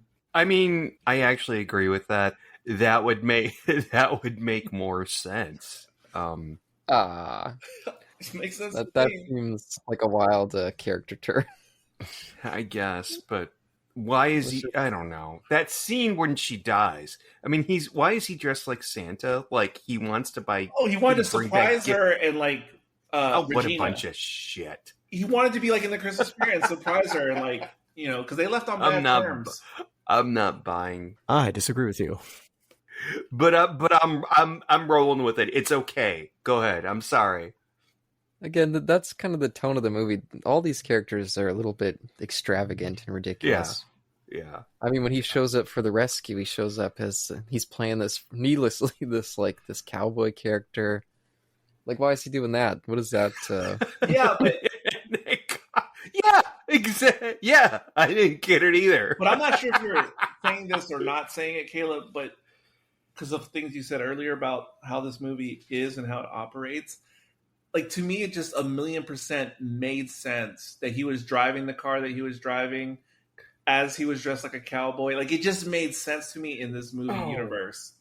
Yeah, like I said, the movie has a touch of not Whimsy? full absurdism, but yeah, you could say whimsy. You could say they're not fully taking the concept serious, or Yeah, they're not doing like a self-aware kind of thing, but they're just having fun with it. Why not just Yeah. throw in him in a Yeah. Santa outfit? right. It is like whimsy light, and I Yeah. love that subgenre of whimsy. I really do. But it is aware of itself. I mean, there's the scene where Doctor, I don't know the character's name. It's Jeffrey Lewis. Yeah. He's interviewing her, and she's like, "I'm cancer. You have cancer? Yeah. No, I'm cancer." Like, Yeah, my Zodiac. like we're in on the joke with her. He's not. Well, no, but I was it's him. still fun. That's kind of what makes it fun. No, but I was it's like, him do you have in that diabetes? Do you have moment. asthma? My reaction was his reaction as I was watching the movie. And by the way, that's Jeffrey Lewis. I just have to repeat that because it's not Tim Conway.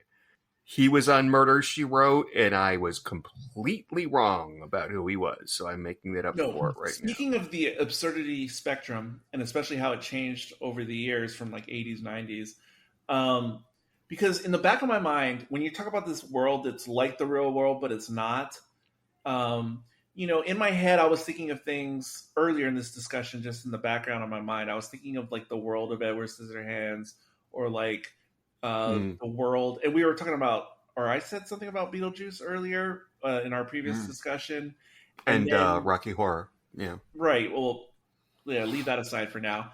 But yeah, that was why I brought up Beetlejuice, and then I was thinking of just now when Caleb was talking about movies that go full absurd or not, because there's a lot of 90s movies that dip their toe in absurdity. And I was thinking about Serial Mom, which we did before, because in my mind, that is another, it's like the real world, but it isn't kind of movie. I know that I'm gonna. So you think it's the real world? No, I'm not saying it's the real world. I'm just gonna say that if you take a movie like that made by John Waters and say, "Oh, this is the weird," it's not. It always, any movie made by him is always weird. Yes, so it's gonna be an outlier. Granted, and that's no harm, no foul with that.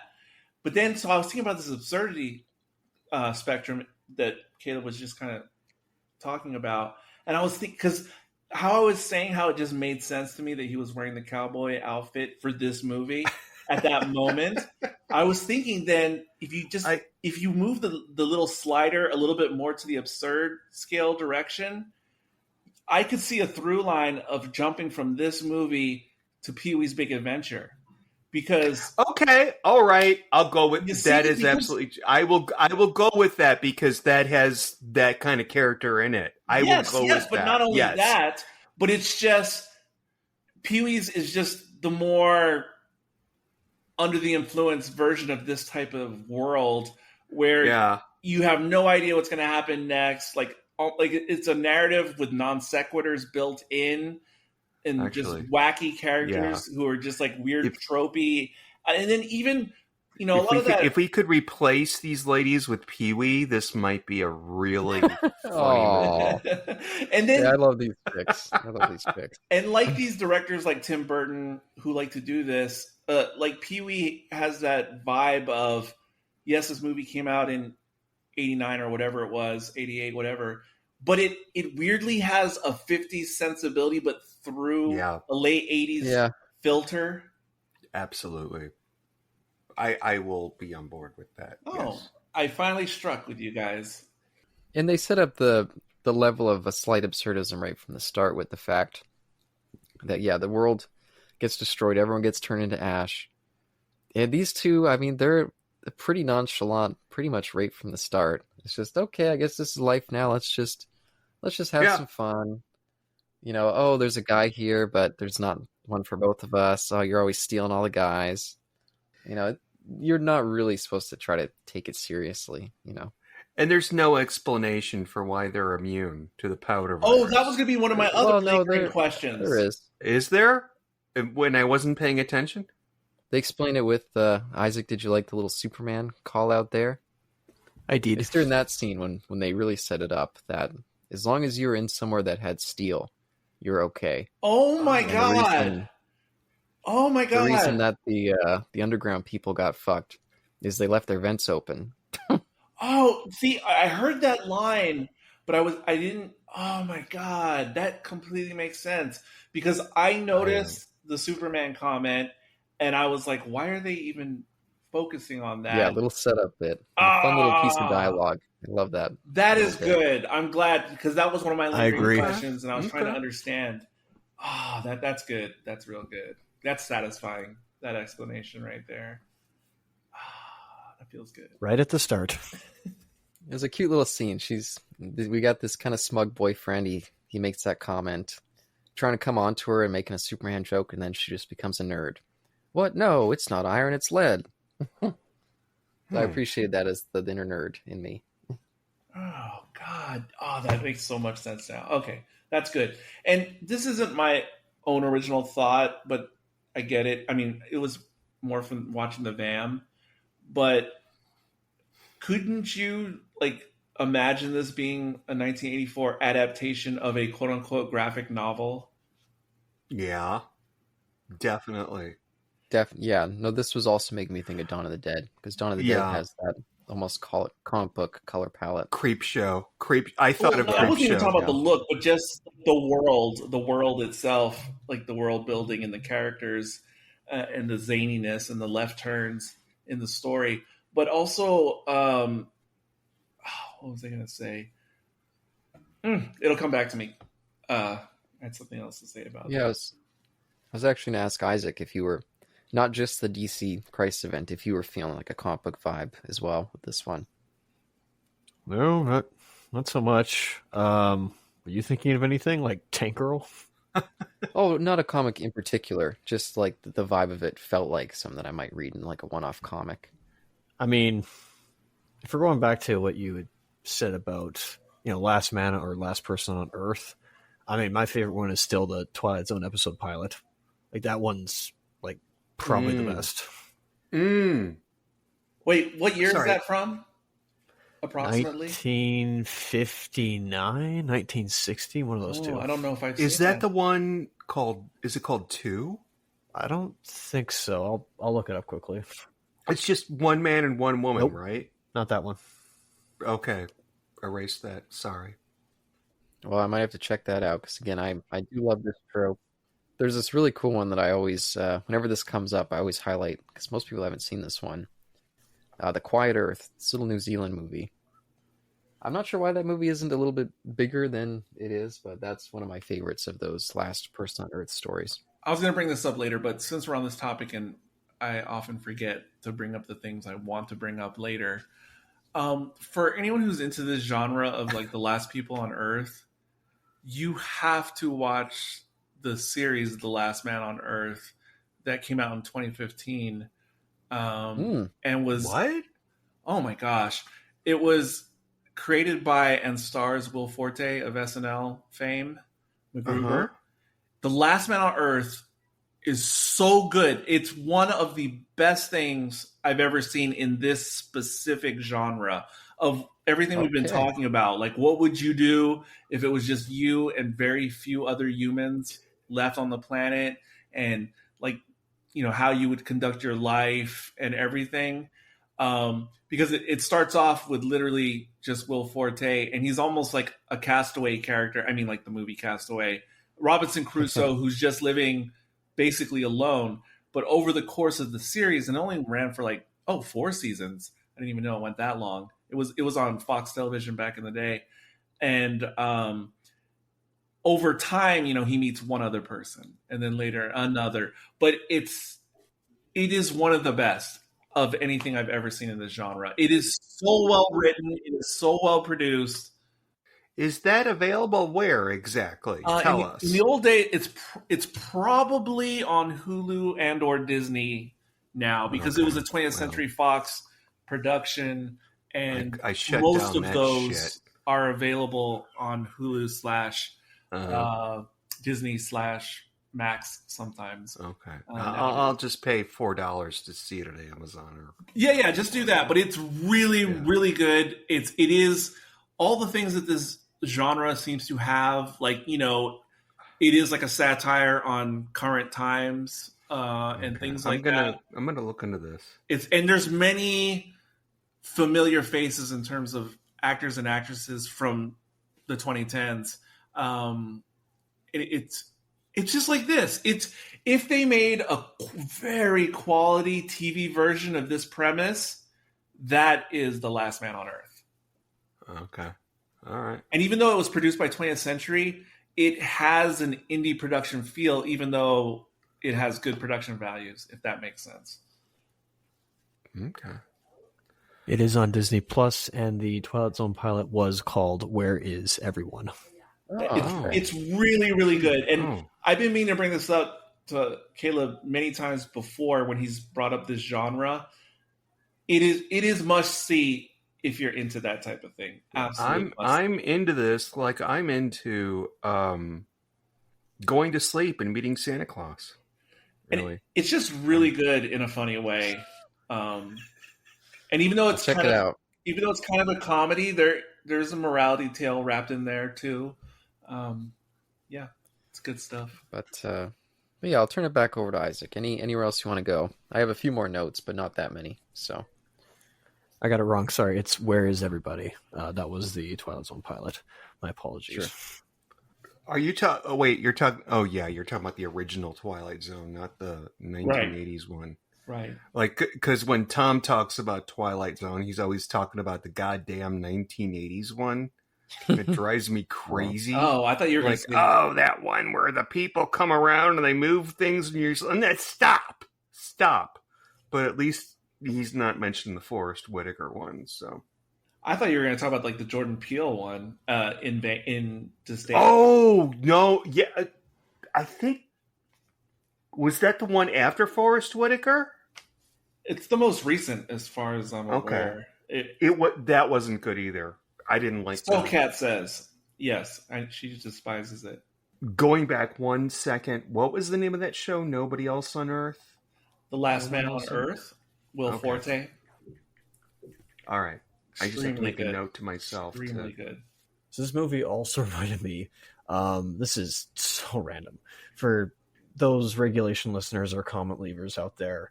Caleb and I did Robot Carnival. It's probably going to release in 2057 on our once it comes out. And no, 2057. And there was this segment on it. It's an anthology film. There was this segment where there were these two ladies at this carnival or at this amusement park, and I could not for the life of me not help but think of that. Premise, not even that premise, but just that like segment where one of them it's for a boy, funny enough, and then like she goes into this like one ride that has this giant robot in it. Not the exact same here, but I definitely felt similar to that. And I also was thinking of, dang it, now I forgot it in my head. Shoot, come all right, Caleb, you go first. Wait, I want to prompt you, Ike. So I've heard, you and Caleb say many times, including tonight, about how you guys have a thing for like the 80s movies and whatnot. And maybe you guys have told me before, you can remind me, like, what is it about that time period and the movies that really follow the tropes of that, if we call that a genre? Oh, so what is it about that stuff that draws you guys in? And then for you, like, does this really satisfy that expectation, and why this movie? I'll let you go first, Caleb. Well, there's just there's always a particular flavor to different eras. Growing up when we did 80s movies were on TV all the time, so it has a little bit of nostalgia wrapped up to it in that way as well. But yeah, just the music, the look of it. I think this one has a kind of crisp look that some of the other B movies of the 80s don't necessarily have. Maybe it's the recent restoration. I've only ever seen it in this HD format, so I don't know what it looked like beforehand. But like I said, also just taking, because I love the 50s sci-fi, but they always have a little bit of a self-serious edge to them. So I like the fact that these 80s variety of them would take very similar concepts, but just amp up the fun, take themselves a little bit less seriously, but also introduce more gore. So that's why this one serves me. But when you jump to different 80s movies, different types of appeal. I agree wholeheartedly with that. And I think it's also important to note that this was made around the time. Okay, somebody tell me what the year was. 84. But the morning after. The morning after? Right. There's definitely, yes. When you talk about the nuclear stuff, Caleb, that makes me think of... Oh, the day after. Yeah, the morning. The day after? Oh, it's the day after. I'm so sorry. You're right. And Threads, which was worse. Oh, jeez. Yes, it was. Threads is really... We'll get back. Really rough. We'll get back to that in a second because I had a follow-up question, but I wanted to hear Ike's initial response to my query. Oh, I'm sorry. I didn't answer your question, did I? So, for my personal taste on 80s films, they're in a different zeitgeist. They're like a window into a past that I've never experienced, and in a way, different filmmaking than what I would experience now. Because you guys had limitations to your technology. I mean, in that time, it was advanced. Nowadays, it's like, oh wow, hindsight's fit 2020, but like, wow, you guys have like all this cool like technology, and you guys didn't have the internet, and instead, like, this is what you guys all did, and you had all this like bumping scores and soundtracks. It was hold on. When you talk about technology, are you talking about the real world technology of the 80s or the wild technology in 80s movies? Both, a bit of both. Okay. Like technology of filmmaking kind of thing, or? Yeah, I was thinking ordering that at first too. That's what I thought at first. Well, I guess that too, but also like, what actual real world technology you had back then, like the big phones. I was surprised they had like a cell phone. I don't know if it was a cell phone they had, but it was like it had buttons on it, which I know they had that, but I'm like, oh, it's cordless as well. I didn't know that existed. Yes, in the 80s. yes. It looked like our cordless phone that we had in the 90s at my mom's house. Because in the 80s, of course, the technology existed, but we knew only the richest people, like the upper business class, doctors, etc., would have such devices in real life. No regular person did. I do have to comment on that. I think this movie does make a statement near the end. There's this almost superfluous scene where they're taking pictures of each other in some plaza at an office building. And then they don't want to cross the street because the don't walk sign is on. So it kind of felt to me like, guys, you're not living in the real world, but I think they were trying to make a statement here. Does it make sense? Absolutely. There's a lot of like standard sci-fi post-apocalyptic movies and series. But it's dumb, Eric. I mean, like, one girl, she's like, oh, I'm all alone. And then just some guy pulls up in a convertible. He's like, hey, why don't you hop in with me? Okay, I will. That was the movie. No, that was the movie's sense of humor, that bit. Yeah. Which makes sense. I know. But going back to the concept of let's just pretend like it was... I'm not going to go there with this movie because it's something I've been doing a lot in my movie discussions of the last year plus. But I think there's much more to that in like a story theory, theological sense of why that's important or significant. But this is not the movie to go down that road with. But I sense it and I like it. But that's a completely separate topic. Oh, no.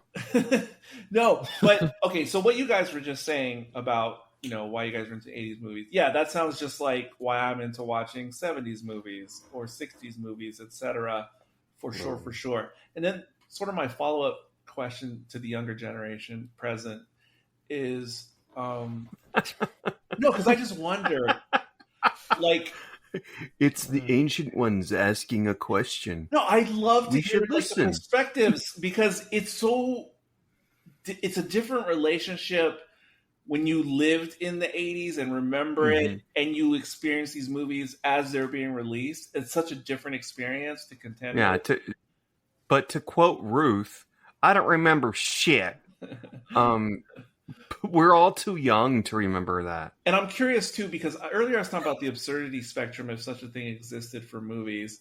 And now I'm thinking of the American 80s Cold War spectrum, because I don't know. all 80s movies, for the most part, the American ones, they're either heavy with the Cold War references to the real world at the time, or they're subtle, or anywhere in between.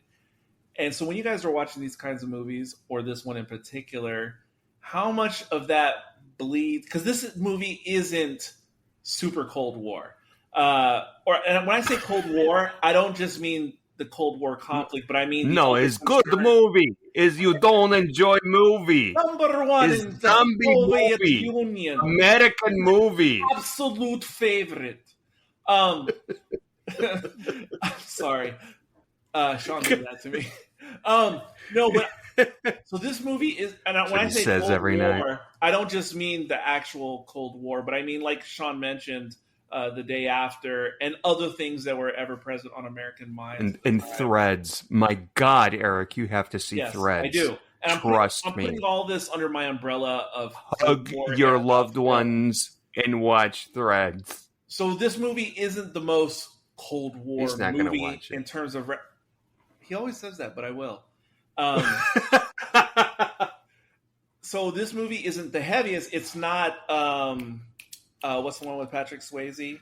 Red Dawn. It's not Red Dawn or Spies Like Us, but Firefox. Yes, my favorite as a youngster. Yes, that is a good one. But I mean, for that genre, Doctor, so to speak. Okay. So this isn't the most jingoistic, but still, how does it bleed out to you? And when I also say the Cold War era, I'm also talking about the '80s, American consumerism, etc. I'm all under the umbrella. How much does this movie exude those types of vibes to you guys, whether it's a little, a lot, or in between? Well, again, the movie's got such an edge of absurd quality. It doesn't feel like it's really in any sort of real world. So no, those elements, I don't feel like that have that much of a tie-in. The consumerism, they almost say, is like a joke. The guy's like, we're heading towards this shopping center. Oh, it's just like a pinnacle of American consumerism. Right. Yeah, absolutely. Such a blatant gag. I mean, that's what Dawn of the Dead was about, was American consumerism. Exactly. And this pumps it up to about 8, I think. I'm not going to say 10 or 11. I'm going to say 8. Well, now you made me think of something in the van with what both of you just said. Because I was going to say earlier, when you guys... like when we were just talking about different elements and characterizations and how this movie is executed, like I don't like Thom Eberhardt, the writer and director of the movie, who has some notable things in his filmography, but it's not an extensive filmography, and not many of his movies are that well known. But I just think this is brilliant. I don't know how he came up with this story and script. And when I say script, I mean also because in the BAM, everyone talks about how the way it was on the page, it was completely written in this tongue-in-cheek type style, which drew the different actors into wanting to be in this. And they talk about in the VAM how initially, like, the studio wanted this to be more a straight horror movie, serious, quote unquote. But the director fought against the studio's suits to retain these elements that he wrote in the script, and that it more leans in that direction in final execution. And I'm just like, how did this guy do this? And they also mentioned the VAM how before production of the movie that Thom actually went out and just interviewed real teenagers, possibly from Southern California, and just was like trying to pick their brains, like, what is it you guys care about? Where do you like to go? What do you think? And you guys talk about that line that is so blatant and obvious when he's like, wow, as if he's like on a Star Trek away mission. Well, young humans, would if we just deduce, they'd probably go to the mall. And it's kind of like a like funny joke, but it's like he's the voice of the boomer in the 80s. Wait, is it the boomer? Yes, the boomer in the 80s who's trying to figure out what are the Gen Xers doing at this time? Okay, this backs up what I said on Facebook earlier today, and then I have nothing else to say about this movie. But I think this movie could use a really good reboot in the style of Shaun of the Dead and in the style of Romy and Michelle's high school reunion. If you did that, I think it would be a big hit.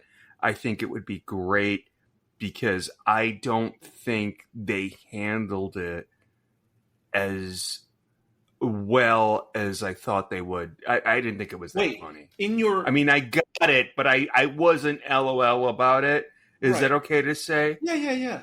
But in your fantasy remake of this movie, would it still be set in the 80s, or would it be set like more present day? Fantasy. No, Eric, you have to come. No, but to seriously, my house and see my fantasy remake. I see it every night when I close my eyes. Of the film.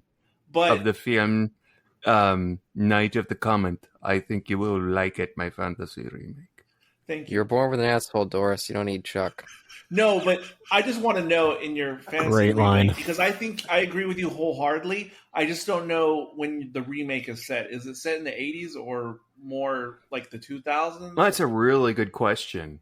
It's kind of like the Brady Bunch movie. Should it be set in the 70s or should it be set in current day? Right. I'm gonna say current day. But they're stuck in the 80s. Kind of like the Brady Bunch. Does that make sense? Whoa. I mean, now you're getting high concept. I just can't. Now you're getting high concept satire, dark comedy. I did not mean to be high concept. It's simple. Well, I think that if they want to make another, the world gets influenced or wiped out by a comet, that's one thing. I don't see any need to remake this particular story. Oh, right. I didn't say, yeah. I This get it. is just- I meant like, a feel-alike, not a actual remake. Because I think if you set it present day and this premise happens, I think the young people are just all going to die because I don't know. Maybe I'm being biased, Gen X biased. I don't know how they're going to survive on their own without all the current technology, etc. Well, but Isaac, I don't think did you ever answer Eric's question? I can't even fully remember what the question was, but Yeah, he had two questions. Yeah. What was that second one you asked? Yeah, well, yeah. Did you feel any of the 80s in terms of 80s zeitgeist, the bleed through? Because number one, because you guys are obviously of a different generation who wasn't conscious in the decade, but number two, also not being Americans. So is it heavily into the 80s American movie tropes of the world at the time, or is it just kind of like... this feels like a different question than what you're asking me. It feels like a different... I'm just further detailing what my follow-up question was initially. Okay. But did you two see Strange Brew? That was a pretty good film, wasn't it? But I'm sorry. I'm doing my Canadian accent. I'm sorry. That's Canadian. I'm sorry, everybody. I thought it was Transylvanian. No, you put the two... Keep going, Isaac. Never mind. Okay, bud. Well, I guess this is the start. I say start. Maybe Fast Times at Ridgemont High. Maybe it was the start of the 80s for films. I'm not exactly sure. If you're talking about teenage movies, and yeah, and that particular 80s distinct vibe. Yeah, it was I the coming of Southern California, LA, Valley Girl. Not just for, I mean, it kind of, that was the beginning of the virus that infected all the rest of the American states. Kind of started with Fast Times.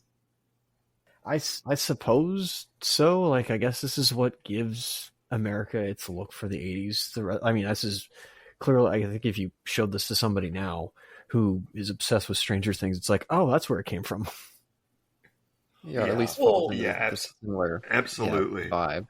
Well, yeah, it was, yes, but I mean, if you talk about Stranger Things, obviously you have to mention like E.T. and many other things, which in of itself, interestingly, E.T., even though it kind of defined Spielberg in the 80s and other filmmakers that came after. Ironically, E.T. itself was like an homage to 50s types of movies with the boy and his dog situation.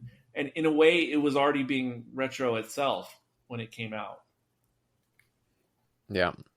It was part of that wave of kind of rehabilitating sci-fi because the 70s took it so serious again, but in a different way. Yes. Because the other ones, the 60s and the 50s, it was like we're being super serious, but at the same time, it's like hokey and no one's really taking you serious for the most part. Yes. And so the 70s, it was, now we're ultra serious. Yeah, I think, post original Planet of the Apes. Yeah, 2001 too, but... Well, of course. Elevated and changed what sci-fi was.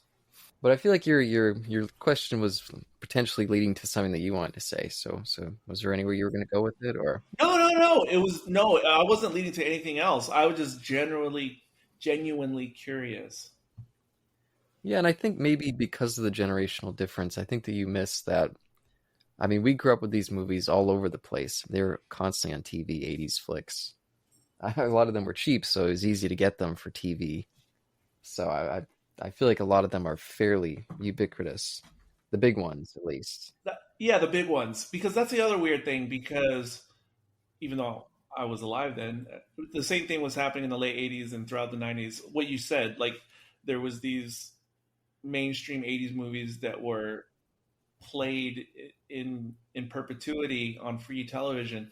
The only thing was, and I don't know if it was the same in Canada or not, but for your time, but for my time, it's like they only had access to 12 specific mainstream popular 80s movies, and or at least I saw those same 12 over and over. So then the ones that didn't make it into syndication, the 80s movies that didn't make it, then I never saw those until the DVD and Blu-ray era. Like the movie Vision Quest. I never knew that existed or what the heck it was with Modine. It's basically like a ripoff of Karate Kid with wrestling and Modine as Daniel's son. I love that movie, but I only saw it like 3 years ago for the first time because I never knew it existed because it never made it into the syndication world, at least here. So it's always weird to me to discover those ones I never knew. Isaac, were you going to jump in there? I thought I heard you. Yeah, I guess I have a few things to say. Yeah, I'm really, funny enough, Eric, I don't really explore much of my own country's films from the 80s. Not too much of them. I know Caleb's much more of a big fan of the Cronenberg there. So, I mean, that's not a definition of what defines our country. Or mumblecore. Is that a Canadian thing? I'm not a fan of that. Keep going, Isaac. But I guess in a way, what I liked about this one as well is, I mean, I talk a lot about the toxic 80s fetishization during the new 10s. And to go back to why I enjoy that era, because I do love that era, but in a toxic way, I guess, I don't like how, I guess, just like pop culture as a whole in the new 10s, whether it was my country or America, just all of a sudden was like, yeah, the 80s, and that was it. And so it was nice to actually go back to a film that was set in there, and it was its identity. I'm like, oh, this is raw. This is not taking anything from any other era. This is its own thing. It's, bombastic. I don't know if it's like full on excess, of course. Thankfully, there's no line. It was, Christmas, but no lines of cocaine were done, which is nice. And another thing was, it is a movie about the end of the world, but it wasn't so cynical about it. It was during the times when, you guys did have to like go through, get under your desk, kids. I don't know if you guys did that. No. Okay, that was 50. No, sorry. My parents. No. That definitely happened. No, it didn't happen in the 80s. Yes, that definitely happened. We were scared of it, but we didn't have to go underneath our desks because we knew it would be fucking useless. Not everyone did it, but there are definitely. You went. Wait. Hold on. You went. I'm sorry, everybody. You went underneath your desk as a kid. You're younger than me. You actually had drills where you went underneath your desk. Yes, with an asterisk. Yes, with an asterisk. Okay. Yes, I physically did more than once in elementary school. Except, speaking from my own experience, it was more because of hurricane type situations, not because of atom bombs. Sir, that's a different thing. I sir. know that's what they asked, but let me finish. I'm just only speaking from my own personal experience, but I know many people of our age just relax. Just relax. Many people of our age group did have those drills for non-hurricane reasons in the early 80s. Yes. Now they have different. Yeah, I'm sorry. It was still a thing, but not ubiquitous, I would say. Eric's bringing it up. I don't know, Ike, if you brought it up, but yeah, it was really scary. Like, my parents told me that at any time, we lived in Chicago, at any time, the entire city could be obliterated. Yep. And you will never know. That's what they fucking told me. And I went to school going back and forth. Like, la, la, la, la, la. Careful on the way to school, son. The bomb might drop. My parents were not Jewish like Sean's.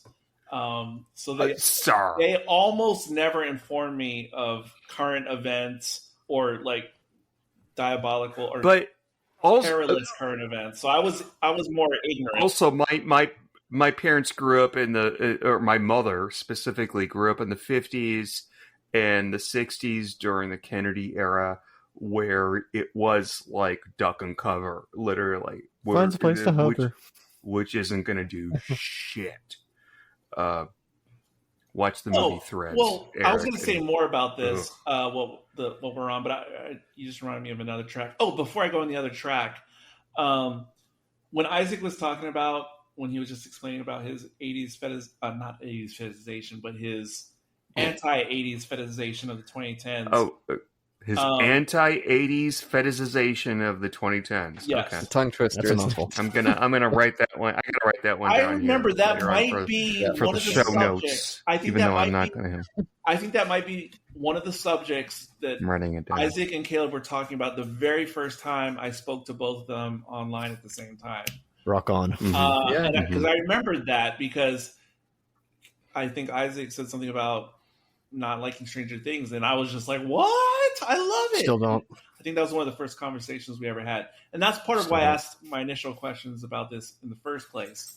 Oh, of course. But when Isaac was just saying what he was saying about disdaining the 2010 period when they started doing that, in my twisted imagination while he was talking about that, I was just picturing, because I was having this thought too, because we've mentioned how in the 70s in American films, like there was a 50s fetishization revival that was very prevalent. And I was just imagining like a scene out of a Woody Allen movie in the late 70s where they would be like in a nighttime bar cafe, and there would be a character that Woody Allen would write into the movie that would be Isaac, like age 28, 30 in 1978.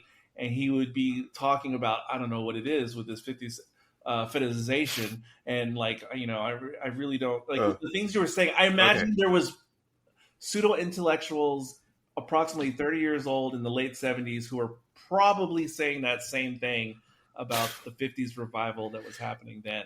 Cyclical. To quote the judge from JFK, Mr. Kevin Costner, bottle it up. That's it. I rest on that. But I wanted to pivot into another direction, which Jesus which Christ. has been on my mind since we started this conversation. Another thing I could not think about while watching this movie. Not think about. You're using double negatives now.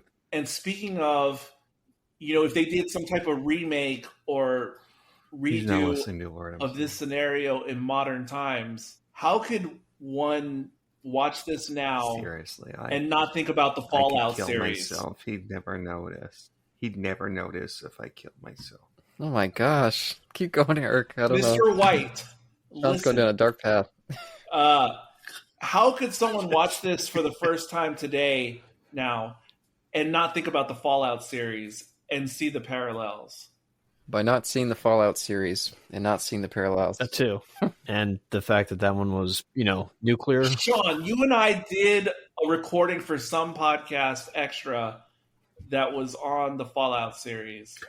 Yeah, the Fallout series is a bit post-apocalyptic, but I don't think other than that, there's no comparison. You don't think they're dealing with the same situations with the people? Yeah, of course they're dealing with the same situations. But with the modern 2023-24 sensibility, because because the series is like a complete absurd upside down world based upon the real world with how it portrays the Cold War and other things, and the people who live underground and who want to eventually bring back society, and then the reality of the people on the surface and how those things crash into each other with the scientists and everything else going on in this movie. I was like, yeah, Fallout is kind of like a modern. Okay, that good. No, that good. Uncle Roger approve. No, I think you have a point there. Yeah, but I can tell this conversation is starting to wind down, so I'll he's right. Points before Caleb we get to but when either God, Canadians get around to seeing Fallout the series, you Canadians, you're not Canadian, Sean, so this is excluding you. I think about how you guys were talking, or Caleb or whoever was talking about, like the absurd humor in this, even though it's sort of dealing with a serious topic, and I feel like Fallout the series captures that so well in its own way. Well, I'll just say for your Fallout comment just briefly before we move on. Having not seen the series, I can definitely see that element in the game. They did have a sort of fun quality to it about being in the apocalypse. Oh, you will enjoy the series. It's really well done. It really is a good series. Yeah, I think Sean has played the games and watched the show. Yeah, and I watch all the video game adaptations, so I will get to it at one point. It's low down on the list right now. I'm going through Last of Us. I bought the video game after I saw the show, and I just don't get the video. I'm too old to do some video games. I can do Skyrim, I can do Dead by Daylight, etc.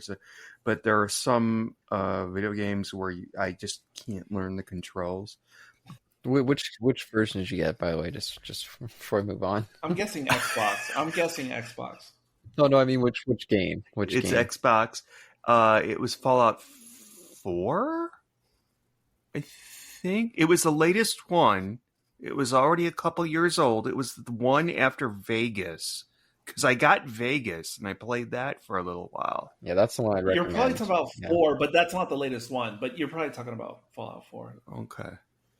But yeah, really decent game, really good show, recommended. And I know Caleb and Ike, I've talked to you guys about the show before, and I think you were both shutting it down. No, I'm not watching that. No, it's actually I think both good. of you and would Walton, to some degree. Well, what's his fucking name? Walton Goggins. He's pretty awesome. Go ahead. I'm sorry. Oh yeah, he's fantastic. Yeah, at least for me, like I said, I do intend to watch, because I've had a long running at this point. I think 2018 is when I started it. A long running video game adaptation series where I just try to watch everything. It's on my list. It's quite far away from where I am, so I will get to it eventually. Just you're still going through Resident Evil 8. So where'd you want to go to kind of wind down, Caleb? A couple last little bits of points. I mentioned at least one line of dialogue that I liked with the asshole line, and then Sam gets punched and Doris slaps her, and then she slaps her back and gets punched. I think there's lots of little fun pieces of dialogue throughout, that. Yes, absolutely. Fun ways of punctuating scenes, but that was a nice reminder from some of the VAM included that slap, because it was interesting, seeing some of the things they revealed about the production behind the scenes, and certain elements were improvised here and there, and story changes on the fly, on day of shooting. But with the slap in particular, So, I mean, that was scripted. That was supposed to happen. But, the director didn't like the takes that they had taken. Well, that was awkward sounding. But Well, no, I'm laughing because I'm really tired. I'm trying to wrap it up quick, but can't do it, Eric. so he told the actress playing the mother, like, just slap her for real. And so what you see in the movie is her real reaction to getting slapped for real, and you can really tell when you watch it. And another semi-improv moment that stood out to me before I saw the VAM and heard the backstory, the part where they're practicing with the MAC-10s, and then the gun jams while she's trying to shoot, and then she makes that line about Dad would have got his Uzis, or that's why Uzis are better. The way it played in the scene, I was like, did they plan this? Like, geez, that seems like really difficult to plan that jam and make it seem so realistic, in the movie. And in the VAM, they explained that the MAC-10 Where did had. Where did you get the VAM? Did you buy this? This is the Shout Factory collector's edition. Oh, Blu-ray. Shit! I feel like an asshole because I just watched it on YouTube. It's okay. And so they said, like, in production of the movie, yes, the actual MAC-10 props, like, continually were jamming, and they couldn't get through that scene. And so on the fly, they came up with, you know what? Let's just play it in the scene, And then the director gave the actresses, like, some ideas of what maybe to say if and when it jams. So the one about, our father, that's why he would have got us Uzis. That was the suggestion. Yeah. And then she said, well, the car didn't notice the difference or something like that. Yeah. Supposedly that was an improv, like, in the moment by Regina. But I'm just saying, it's so stuck out to me as so realistic, the way the jam. I was like, how many times did they film it to get it to jam on cue? So, yeah, it made sense that they just kind of rolled with it. Sorry. Yeah, and that was another piece of dialogue I was going to mention. Yeah, Daddy would have gotten us Uzis. That's just great. And of course, when they show the portraits, the family portraits in the movie, and they show the dad as the quote unquote Green Beret, that's actually the director. Oh my gosh, what's his name? Thom Ed Hart. Yeah, Thom. That's actually him just putting on the army uniform and just posing in the photo. All right, before we close this one out, who wants? Caleb was going to say something. Caleb was going to say something. Yeah, so Robert Beltram. Yeah, this guy, of course, growing up when I did Voyager, was the new Star Trek for me as a kid. That was the first one. Not new as in the new one coming out. That was just the one that I was getting into. Can I just say week to week? Oh, I'm sorry, I'm interrupting here, but I was never into that show, but I realized who he was, and I kind of had a crush on him when he was older, like when he was on the show, but not when he was in this movie. Continue. I'm sorry. Yeah, and so seeing this movie and Eating Raoul, yeah, I was discovering a different side of him, because in Voyager he's kind of that stiff number one type that we see throughout Star Trek, and sometimes that can not really warm me up to a character super well. So Chakotay was never a favorite of mine. But in these two movies, I think he's just a lot of fun, and I think his chemistry with Reg, I think that the romance there, I think it's cute. I don't know. I thought they had some good dialogue too. I agree with you on what you just said as it pertains to the movie. But you reminded me of the actor, forgive me, I don't know his name, the one who played the father, like in the beginning of Fear the Walking Dead series. Because the actor who I think is Maori, I think he is in real life, and he played the mocap for the other chief in The Way of Water, same actor. But in Fear the Walking Dead, to me, because before that series, he tended to play serious roles, or let's just say he played a lot of Middle Eastern terrorist types. And I thought that's how I felt watching him in Fear the Walking Dead. Like, oh, it's nice to see him play like a more everyman. Wait, I'm so sorry. I'm so sorry, Eric. Who did he play in Fear the Walking Dead? I've only seen the first 2 seasons. Yeah, but he was the father of the family, the main family in the show. He died in the first. He died in the first season, I think. This isn't Robert Beltran you're talking about, right? This is it's not Curtis. It's not Beltran, but the way you just spoke of Beltran and how you like seeing him play a different type of role, that's how I felt about the other actor when he was in Fear the Walking Dead. Like, it was nice to see him not be typecast the way he was for his other roles. Well, let's stay on target. We're trying to finish this up quick. Okay. I'm going off on random things. Caleb? Isaac? Oh, go ahead. It was the Fire Lord himself, Cliff Curtis. Oh, okay. Well, I was actually going to go to you next, yes, Isaac. Okay. Yeah, I did have one last thing, but I wanted to make sure that Isaac got a chance to say any loose threads that he had. Let's see. I guess I forgot what I was going to say beforehand anyways. But with this one, yeah, one more thing this reminded me of. Again, I've been really leaving Easter eggs, or at least, setting it up for Caleb one day when I finally show it to him, and he'll be pretty unimpressed. But this movie, once again, reminded me of another piece of anime from the 80s, and that is Project A-ko, at least with how the two ladies interact. Other than that, Fallout, that's right. Well, I'm blacklisting Bethesda as a studio because, go muck yourselves. Maybe not all the developers, of course, and all the animators and programmers. My apologies, but just the studio itself, yeah, go away. And I will probably watch Fallout eventually, just because it has Jonathan Nolan in there, who did very good and was very successful on Westworld. So that's pretty much all I'm watching it for, and kind of just divorcing it from the Fallout series entirely. Yes, why not? Absolutely, but I think that's a good reason. I mean, for the Nolan connection.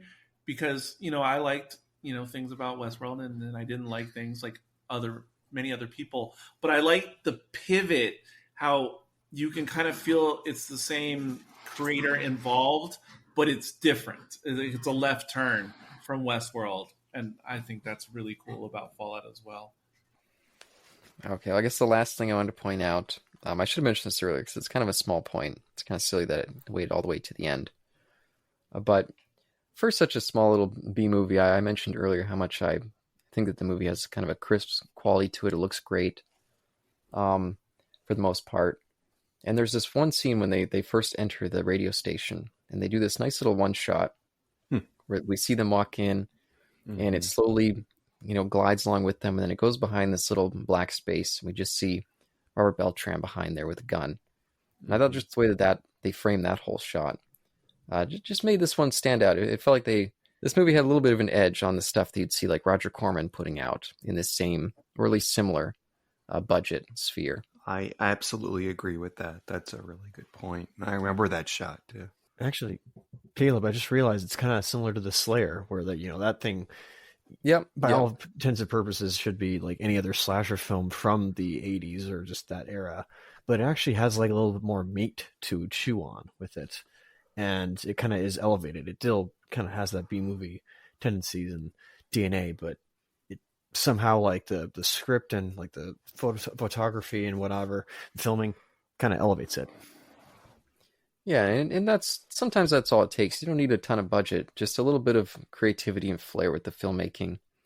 Like, as much as I'm a fan of Corman's work, there's definitely an element of this is a factory pumping out cheap crap, and sometimes there's very little creative spirit. That's an understatement, but yeah. Yeah. And so I appreciate ones like this that stand out and kind of, give us something a little bit more special. But that's all I got. Yeah, we can move towards the final thoughts section, if you are ready. Well, here on ProgNeg, we usually roll them in our final thoughts with our giving of our rating on the movie. Oh, yes. So what would be the unit of measure we would like to go with this time? Suggestion. Close down a drain? That sounds good to me. That's polluting. How many pairs of pants stuck down a drain? do you give this out of 5? Please tell us, Eric. Out of 5 clothes down the drain would you give this? Pairs of pants down the drain. How many pairs of pants would you give this out of 5? I'm for now going to give it a strong 3.5 out of 5 pants stuck down a drain. I could be convinced at a later time, and after I think on it more, that it could be a 4. But for now, it's a strong 3.5. Initial viewing, it didn't compel me out the gate when I put it on, and I was starting to wonder why this was chosen or why it has the cult classic status. But after completing the film and then obviously discussing it with you guys, yes, it's justified. I mean, the reputation, it makes sense to me. It's one of those 80s, and it's not just restricted to the 80s, movies that to me is somehow greater than the sum of its parts. Like there's a magical chemistry that happens with certain movies that they just excel compared to their brethren, and somehow this makes that happen. Our sponsor on the Best Picture podcast wanted me to acknowledge their site, our website, in terms of Night of the Comet.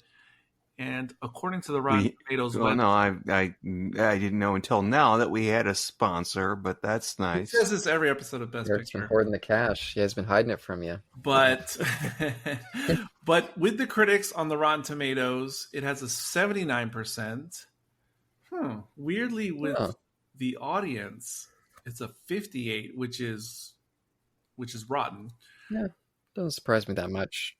And then the little AI blurb summation is Valley Girl culture satire, Night of the Comet gets lots of mileage out of its slapstick sci-fi zombie approach. So that's what they have to say. I'm not going to really agree with that. There is no zombie approach. There is a slapstick approach. Whatever. Go ahead. For those who don't know about the Rotten Tomatoes site, which I've obviously been following for well over a decade. Oh, please. No, I'm just saying because I've always read these blurbs on the podcast we do, but I started noticing approximately a year ago that they seem to be AI generated now, which they weren't before. So sometimes they're really strange now when you read the consensus because I don't think humans are creating them anymore. But anyway, and then just my hanging chads before I pass the torch. We didn't mention the 2 kids in the movie who I thought were bizarre. Said like 4 times. But also incredible because they were bizarre. Just like they felt like they were outside of the movie, but in the movie. But I thought that was amazing. And then the girl, I've never met Sean's niece in real life, but she was giving me those vibes. And I didn't know why they made the character be that way. Like she has some kind of weird, evil intent in her eyes, the way they present her. It's wild. It really stood out to me, but I loved it all. And then typical 80s effect shots. Every time they show that long shot of the underground facility, such a stock 80s special effect with miniatures in the foreground. I'm going to agree with that. Yes, I liked it. Yeah. And just because I literally watched Maxine for my first time right after watching Night of the Comet, I just have to say I do love how obviously Ty West captured. I think that movie is set in 85, and I was just like, man, it just feels like every movie I watch in recent weeks, like it has something to do with the movie before that I watched. And yeah, there you go. I rest. And how about we go to Sean next? I thought you said you rested, sir. Sean next. No, okay, fine. I'm going to give this 3.5. I thought it was a lot of fun. I agree with most of what Eric said, actually. Lousy zombie movie. Really bad. Did not like it as a zombie movie aficionado. Nevertheless, There were lots of great moments in this, and I think that's why it took me like two watches. I said 3 earlier, but the first one was like 20 years ago. But I think that's why I just have to not take it so fucking serious and just relax and watch it for what it is. And for what it is, it's great. So I'll give it a 3.5, just like Eric. Yeah, that's all I have. Who's next? Oh, I get to choose who's next. Ike, you go next. Go. I guess out of, what is it? out of 5 pants going down a drain. I'll give this a 4.5 out of 5. Because I don't come from or didn't know about this film being a, air quotes again, zombie film. I had no problem adjusting to the absurdity and satirical nature of it and just having a good time, and an alternative to, again, the doom and gloom of it's the 80s and there's nuclear fallout or Holocaust about to happen from the Cold War. It kind of was just, it's not Dr. Strangelove by any means. Like, that's very, it's comedy, of course, like very like heavy comedy, but still trying to be optimistic. This was just like so much fun. I had a smile on my face every time I saw those 2 sisters, and that's pretty much what makes the movie for me. I just want to see more of these characters, but I won't. But that's why I'll come back to it at a later date. Caleb, your final thoughts over Night of the Comet. Oh yeah, definitely agree. I would give it a 4. I think that just hanging out with these characters is fun. Being in this world, I love the red sky. I think that looks great.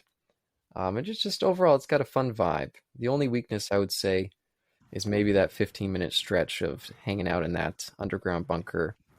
I just feel like it gets just a little bit less interesting. But I always like movies that focus on a mall a little bit. This movie didn't spend a ton of time in the mall, but the bits that we got did stand out. And out of the 3 80s mall-based horror movies that I can think of, this one, Chopping Mall, and then Phantom of the Mall, Revenge of Eric, I think this is probably the strongest of that 3. And yeah, no, overall, this is one that I'll definitely come back to every other Halloween or so and just enjoy it. And glad to have shared it with you guys. Thanks for coming on for this one. Absolute delight. Is that what it's called? Chopping Mall, The Revenge of Eric? I know there's Chopping Mall, then there's another movie called Phantom of the Mall, Revenge of Eric. Oh, that sounds interesting. Yeah. Not as interesting as you think. Oh, it's still a fun movie, still a recommend. But I'd still say Chopping Mall. Go see Chopping yeah, Mall. Chopping Mall is the better. I want to see both. But this was a delight. I had 2 more Chads, sorry. But I wanted to say that Kelly Maroney, who plays Samantha, the whole time she reminded me of like Michelle Williams, the actress, if she was like in the 80s. And I just kept thinking she was the 80s version of Michelle Williams, who's obviously a brilliant actress in just about anything she's in. And also, so the movie didn't do gangbusters at the blockbuster at the box office, but because it was so inexpensive to produce, which was purportedly $770K, $100K, and made nearly $15 million, it still paid its debts and then some. But that being said, supposedly they say in the VAM, like one of the reasons why it didn't catch on with people at the time was because people were expecting a serious horror movie and got this instead. And I watched the original trailer. Oh my gosh. Yes, the trailer 100% looks like an interesting, serious, dark horror movie. 100%. And it completely misrepresents the actual movie. So I could just imagine feeling the bait and switch in 84 and being angry. Because I was almost like, I love this movie, but I want to see that movie, the one that's in the trailer as well, because it looks really interesting in a more traditional horror sense. But there we go. Yeah, this was surprisingly enjoyable to watch and then discuss. And I definitely look forward to the next Novice Elitist ProgNeg or whatever it is produce next, because we've had a bunch of these hybrid experiences lately, and I'm all for it. So, closing out the show today, this is Eric. This is Sean. This is Caleb. This is Ike. And until next time, The balcony is yours.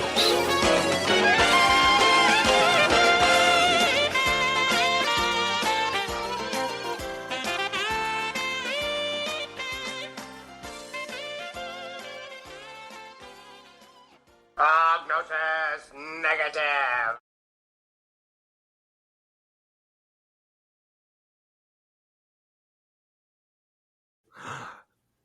The balcony is closed, and don't okay, we're gonna strike do that. anything that they did in the movie that we watched. Whatever Sean just said is completely incorrect on multiple fronts. So can you do it, Caleb? The whatever. Sure, I got one. Because that was bungled. Sure. I don't know if I really respect this type of journalism. And I think it's a sham. Go ahead, though. I'm just saying that. I can just say it, Eric, because it'll follow up. Even if you leave the vents open after an apocalypse comes, don't panic.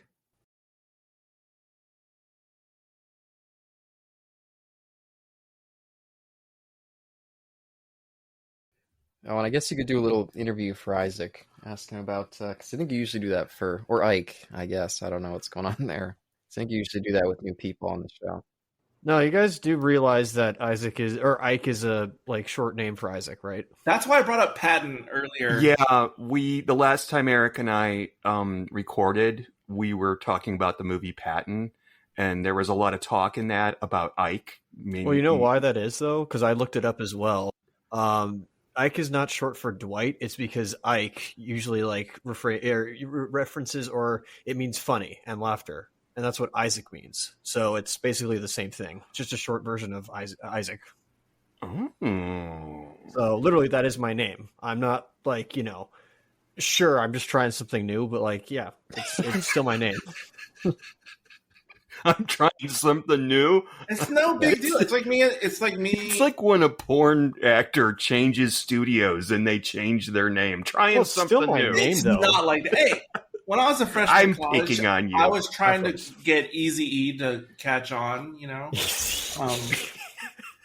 Did it work? We've all done it. No, Esco, my baby Esco. Yeah, up in here, my Esco. Yeah. Caleb, you don't care, but you remember how there was that one, was it like Marvel? Not CEO. He's not CEO, but he was like one of the guys who was like in charge of Marvel. Ike Perlmutter. Guess what his first name is? Yes, I remember Ike. I remember his first name was oh shit, what are they called? What are they called? The team that he was always trying to get to the screen. Oh, the Inhumans. The Inhumans, that's what I was... But yes, I remember Ike Perlmutter, yeah. Okay, so, back to the podcast. Of course.